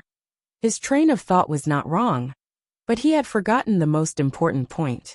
He was currently in the space of purple flames. Giving up on resisting the high temperature was tantamount to suicide. Just like how he had collected the green and black flames, he had collected them near them. If he had rashly barged in, he would have died as well. His impulsive decision immediately caused him to taste the bitter consequences. The moment he gave up on resisting the high temperature, an endless pain, as if his body was being burned by raging flames, struck the deepest part of his soul. Before he could scream, he had lost all his senses and collapsed. Almost at this moment, a dazzling golden light erupted from his abdomen at the fastest speed, protecting him and quickly dispersing the endless heat around him. When a cool feeling spread from his dantian to his limbs and bones, he slowly woke up. The moment he opened his eyes, he immediately realized that he had done something stupid. When he got up, he was surprised to find that the high temperature around him did not dare to approach him. What was going on? His gaze fell on the divine sword in front of him, and his eyes immediately brightened. Could it be that the divine sword had displayed a miraculous effect to protect him? The more he thought about it, the more he felt that it was true. Suddenly, he felt that the high temperature around him was approaching again after he woke up. Not daring to hesitate any longer, he quickly sat down cross-legged and pushed the circulation of his fire art to the limit. Something strange happened. Just as he was about to activate the incantation to absorb the heat, the surrounding heat that was about to approach him seemed to have seen some kind of terrifying monster. They quickly dispersed, wanting to get as far away as possible. No matter how hard Yu Qianqiu tried to absorb, they would not come over even if they were beaten to death. It was as if they knew that once he absorbed them, they would become his vassals and puppets. In the blink of an eye, the temperature around Yu Qianqiu plummeted. F***ck. Yu Qianqiu opened his eyes and cursed. He looked around and quickly released his qi to lock onto a ball of high temperature in the air. Using a method similar to the absorbing stars technique, he forcefully absorbed the little sprites that were invisible to the naked eye into his body. After the things were absorbed into his body, Yu Qianqiu was 100% sure that what he had absorbed was indeed the elemental body of the purple fire. However, he found that the purple little sprites were 1,000 times more delicate than the black and blue fire elements. No wonder it was difficult to discover them after they were scattered. So that was the reason. Some of the purple little sprites were like prisoners that had been suppressed. They had been resisting stubbornly and seemed to be very unconvinced. However, after being escorted to his dantian, they immediately became excited when they saw the red fire attribute crystal bead that was operating. They took the initiative to rush over and circled around the red crystal bead twice, as if they were discussing something with the red crystal bead. When the red crystal bead agreed, the little fellows all rushed into the red crystal bead. Just as the purple fire elements entered, the red crystal bead immediately erupted with red light, illuminating the entire dantian. Yu Qianqiu was still secretly amused. Suddenly, he found that his dantian seemed to be summoning something. The purple fire elements that were hiding from him began to circle above his body. Gradually, they gathered in the sky and formed a purple cloud pillar. Then they rushed over in a frenzy, following the circulation of the fire art. It quickly drilled into every pore of his body and gathered in his meridians, forming a purple wave that rushed into his dantian. It desperately drilled into the sparkling red crystal bead. It was a lively scene. At this time, Yu Qianqiu was sitting quietly on the peak of the mountain. The purple cloud circled above his head. The scene was extremely spectacular. What outsiders did not know was that the temperature around him at this time was simply terrifying to the extreme. It was likely that nothing could come close. The body of the divine sword that was inserted in front of him began to show a dark golden light. It seemed to be protecting itself from the damage of the high temperature. As the purple fire elements surged into the red crystal bead, the volume of the red crystal bead actually slowly increased until it was twice the size of the other beads. Only then did the purple fire elements stop surging in. With the exit cut off, the other purple fire elements quickly rushed towards the walls of his dantian and filled every cell in his limbs and bones. The purple cloud above Yu Qianqiu's head became more and more vigorous. It seemed that because he was here absorbing the purple fire elements, the purple fire elements from all directions crazily surged towards him. Suddenly, the weather between heaven and earth changed. It became dark and gloomy. With the appearance of a bolt of lightning, the purple cloud ignited with a boom. A purple sea of fire suddenly appeared in the sky. The raging purple sea of fire covered the sky and covered the earth. Between heaven and earth there was a purple light. It was a spectacular sight. At this time, Yu Qianqiu's absorption of the purple fire elements was already saturated. He stopped absorbing and slowly stood up to look at the purple fire wonder in the sky. At the same time he stopped absorbing, the purple sea of fire in the sky began to move. It seemed to be melting and gradually formed 108 dazzling purple fireballs. They slowly arranged themselves into a strange three-dimensional formation, like a pyramid. The 36 fireballs in the upper half were larger, and the 72 fireballs in the lower half were smaller. This strange formation quietly floated in the air without moving. High up in the sky, the dark clouds were densely packed with lightning snakes, constantly swimming. Yu Qianqiu stared at the formation above his head in a daze. He waited for a long time, but it did not spread. For a moment, he felt an itch to try and see if he could control the 108 purple fireballs above him after absorbing the purple fire. He raised his hand to the sky and locked onto a purple fireball at the foot of the formation. He used the fire art and successfully plucked the purple fireball from the formation. It slowly floated towards him. However, not long after the purple fireball left the formation, the entire formation suddenly trembled, as if it had lost its balance. The remaining 107 fireballs in the blink of an eye began to sway and fall into a mess. F***ck, Yu Qianqiu cried out in shock. He instinctively felt that he had caused some trouble. He desperately tried to put the purple fireball he had plucked back into its original position. But the formation had already collapsed. Nothing could be done. At the instant the formation was in chaos, thunder boomed in the dark clouds high up in the sky. The entire ground seemed to be shaking. On Xianxian Island outside the East Holy Land, Patriarch Nanming teleported to the peak of the mountain. His eyes flickered as he stared at the pitch-black sky above the East Holy Land. Thunder boomed there, and he did not know what was about to happen. At this moment, he suddenly felt a tremor beneath his feet. When he turned around, he immediately realized that the entire Xianxian Island was shaking. The towering boulders on the mountain collapsed and rolled into the sea. Above the sea, there was already a strong gale and huge waves that reached the sky. The volcano on Xianxian Island, which had been silent for countless years, began to emit black smoke. It seemed like it was about to erupt. Patriarch Nanming was shocked. He immediately gathered his true essence and shouted at all the disciples of Xianxian Island. All disciples of Xianxian Island, listen up. Leave the island immediately. All disciples of Xianxian Island, listen up. Leave the island immediately. Patriarch Nanming's voice covered the entire Xianxian Island. The panicking disciples on the island immediately flew away when they heard his voice. There were probably more than 1,000 of them. Just as Patriarch Nanming flashed into the sky, the volcano on Xianxian Island finally erupted with a boom. The gushing lava instantly engulfed the disciples who could not escape in time. Screams filled the air, and the volcanic ash covered the sky like a dark cloud. As the smoke and dust billowed, Xianxian Island below rumbled again. This time, it did not spew lava again. Instead it collapsed. A huge red dragon spread its wings and carried Patriarch Nanming down from the volcanic ash in the sky to the surging sea. It flapped its wings and hovered in the air. Patriarch Nanming's eyes were filled with sorrow as he watched Xianxian Island collapse and sink into the sea.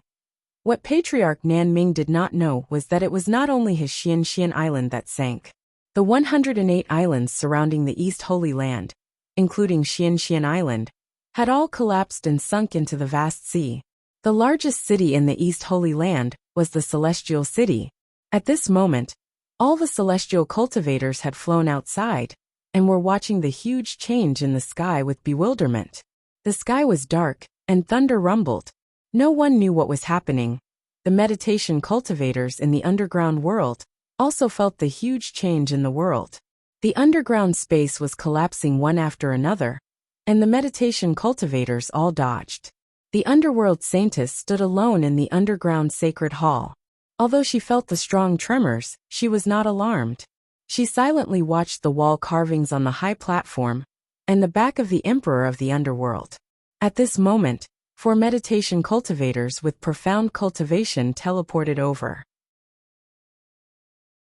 Usually, they would not dare to do this, but today's incident was too sudden, so they could not care less. They bowed in unison, and the leader said anxiously, "The world has changed. It is too dangerous to stay underground. We swear to protect the Saintess to the surface to temporarily hide. Saintess, please leave with us quickly. The underworld Saintess folded her arms and bowed to the wall carvings of the Emperor of the Underworld calmly. She then turned to face the four anxious people and said slowly, "Pass down my order. Everyone is to gather and prepare to return to the underworld. The great formation of heaven and earth is about to be broken."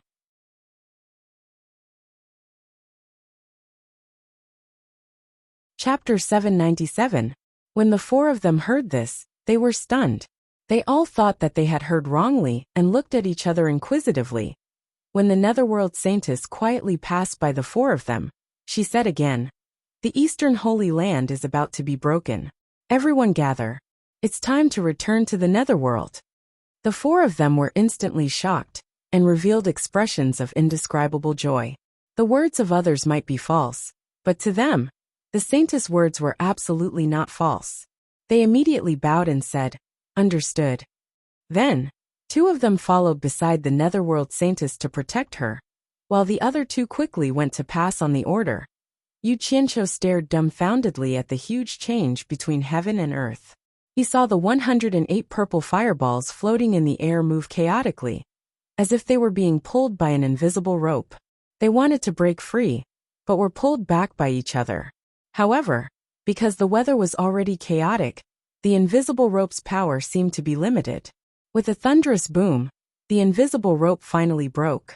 The 108 purple fireballs quickly rushed into the sky and condensed into a ball. The light gradually extinguished, turning back into purple mist and merging with the dark clouds in the sky. After the purple mist merged with the dark clouds, it immediately began to rain heavily. The pitter-patter was so rapid that it wantonly watered this vast, desolate land. The barren hills in the desolate desert were instantly covered in mist. The high temperature that had persisted for who knew how many years had finally started to cool down.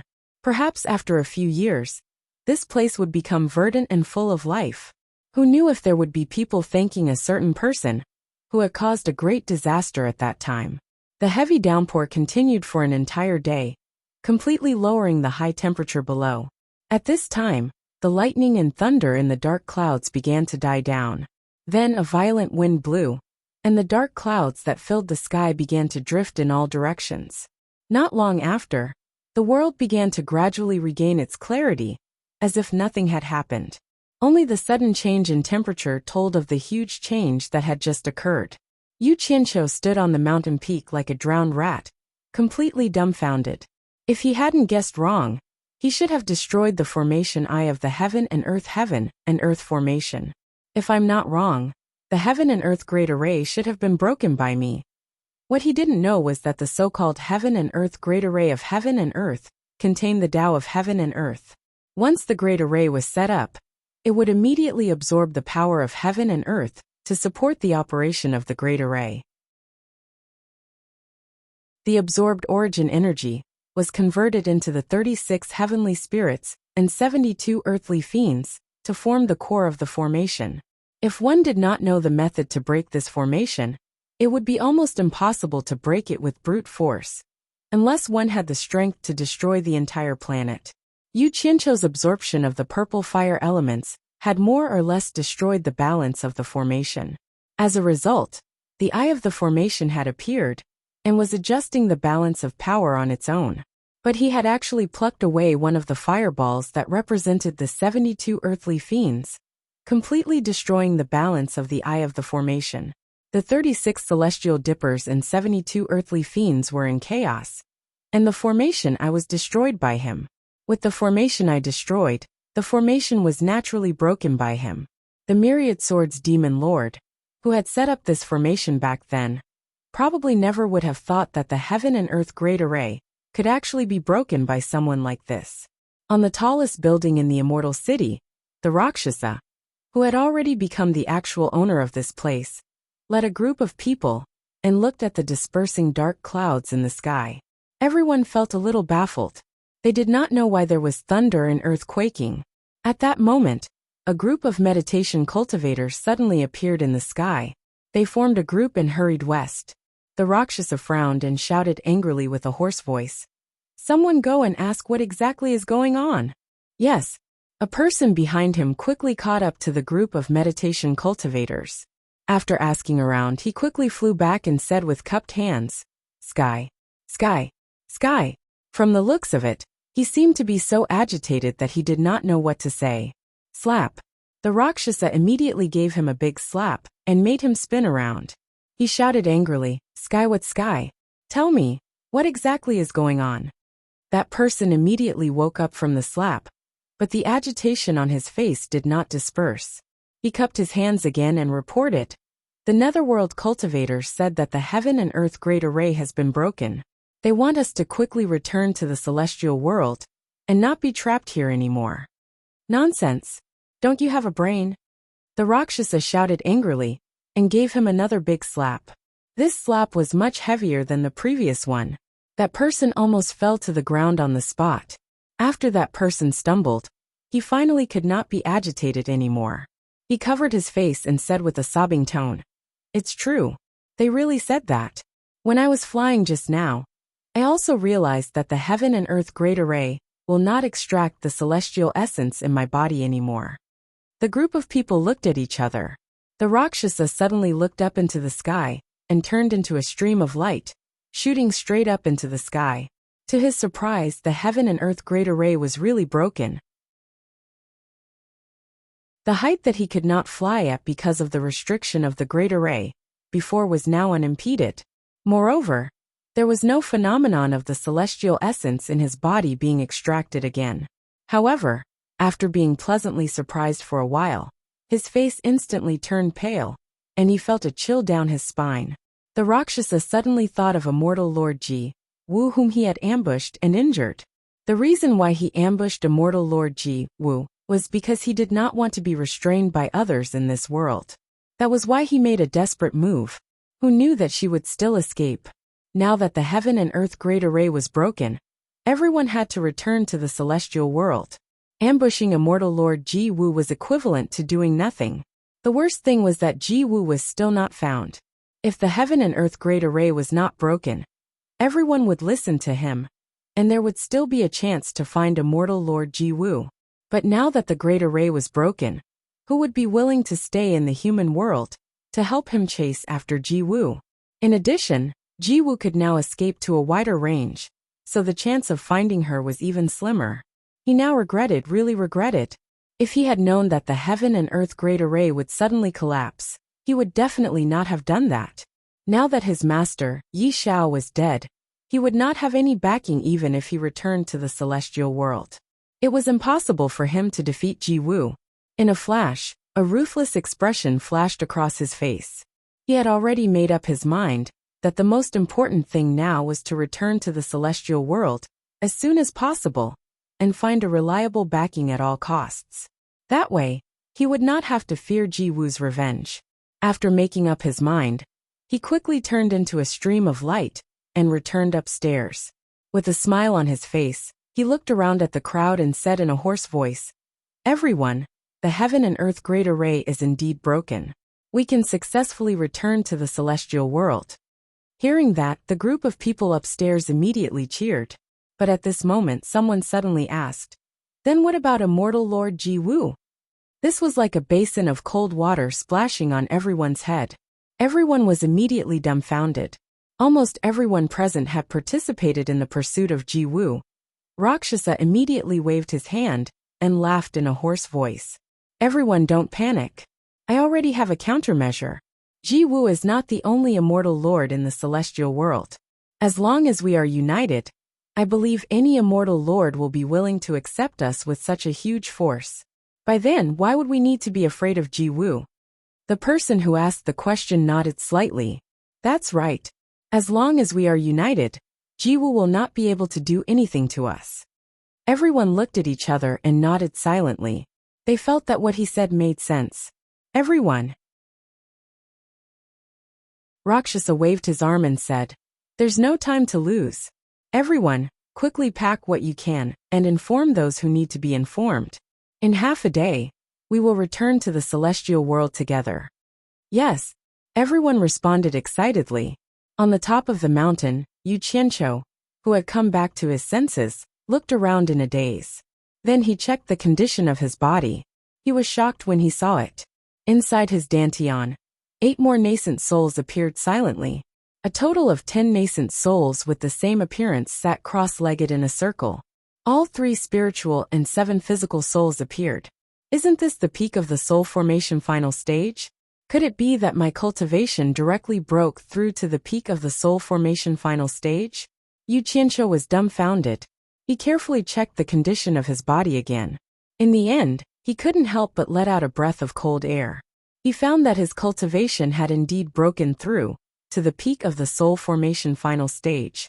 He was only 1 step away from becoming a celestial expert. Feeling the surging power in his body that he had never felt before, Yu Qianqiu frowned and fell into deep thought. He felt that it was a bit strange. Why didn't he use a single spirit stone to break through?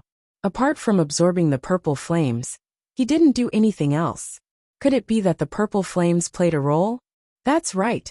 It must be the powerful power contained in the purple flames. His guess was right. The purple flames were the symbol of the matured origin energy of heaven and earth. The powerful power contained in it was not something that spirit stones could compare to. After he absorbed the purple flames, the boundless power immediately felt restricted. Thus, the purple flames changed his cultivation to suit it. In the end, it gave him a huge advantage. It was a pity that he didn't know how to use it. Otherwise, he could use the power of the purple flames to forge an immortal body and become a celestial expert. He missed an opportunity for nothing. Sometimes, gains and losses were determined by fate. He had already taken a huge advantage. If he was too greedy, he might end up empty-handed. Haha. At this moment, Yu Qianqiu was laughing wildly with excitement. This trip was too worth it. Not only did he obtain the purple flames, but he also increased his cultivation to the peak of the soul formation final stage. The hardships he suffered before were too worth it. Fortunately, he gritted his teeth and persevered without giving up. Otherwise, he would definitely regret it to death. Halfway through his wild laughter, his smile suddenly froze. He suddenly looked into the distance. He thought of a big problem. Once the heaven and earth great formation of heaven and earth was broken, wouldn't all the experts from the netherworld and immortal realms who were trapped inside be freed? Once they flooded the human world, who could stop them? Damn it. The human world is my territory. No one is allowed to mess around. If you anger me, I'll use you to test the power of the purple flames. Yu Qianqiu's face flashed with ferocity. He immediately disappeared from where he was standing. Once he returned to Obedient Island, Yu Qianqiu quietly stood beside the 1,000-mile lake. He held a shining white mirror in his hand. It was as if he was holding up a bright moon. The scene that appeared in the mirror was the scene at the entrance of the 9 Netherworld cave in the Wind Valley. You're tuning in to the Li Mei Sword of Destiny YouTube channel. We're so grateful for your support. And don't forget to subscribe to join us on this incredible journey through captivating stories. Your generosity through donations truly makes a world of difference, as it's the primary source of revenue that allows me to expand and enhance this channel for you. Thank you from the bottom of my heart for being a part of this adventure.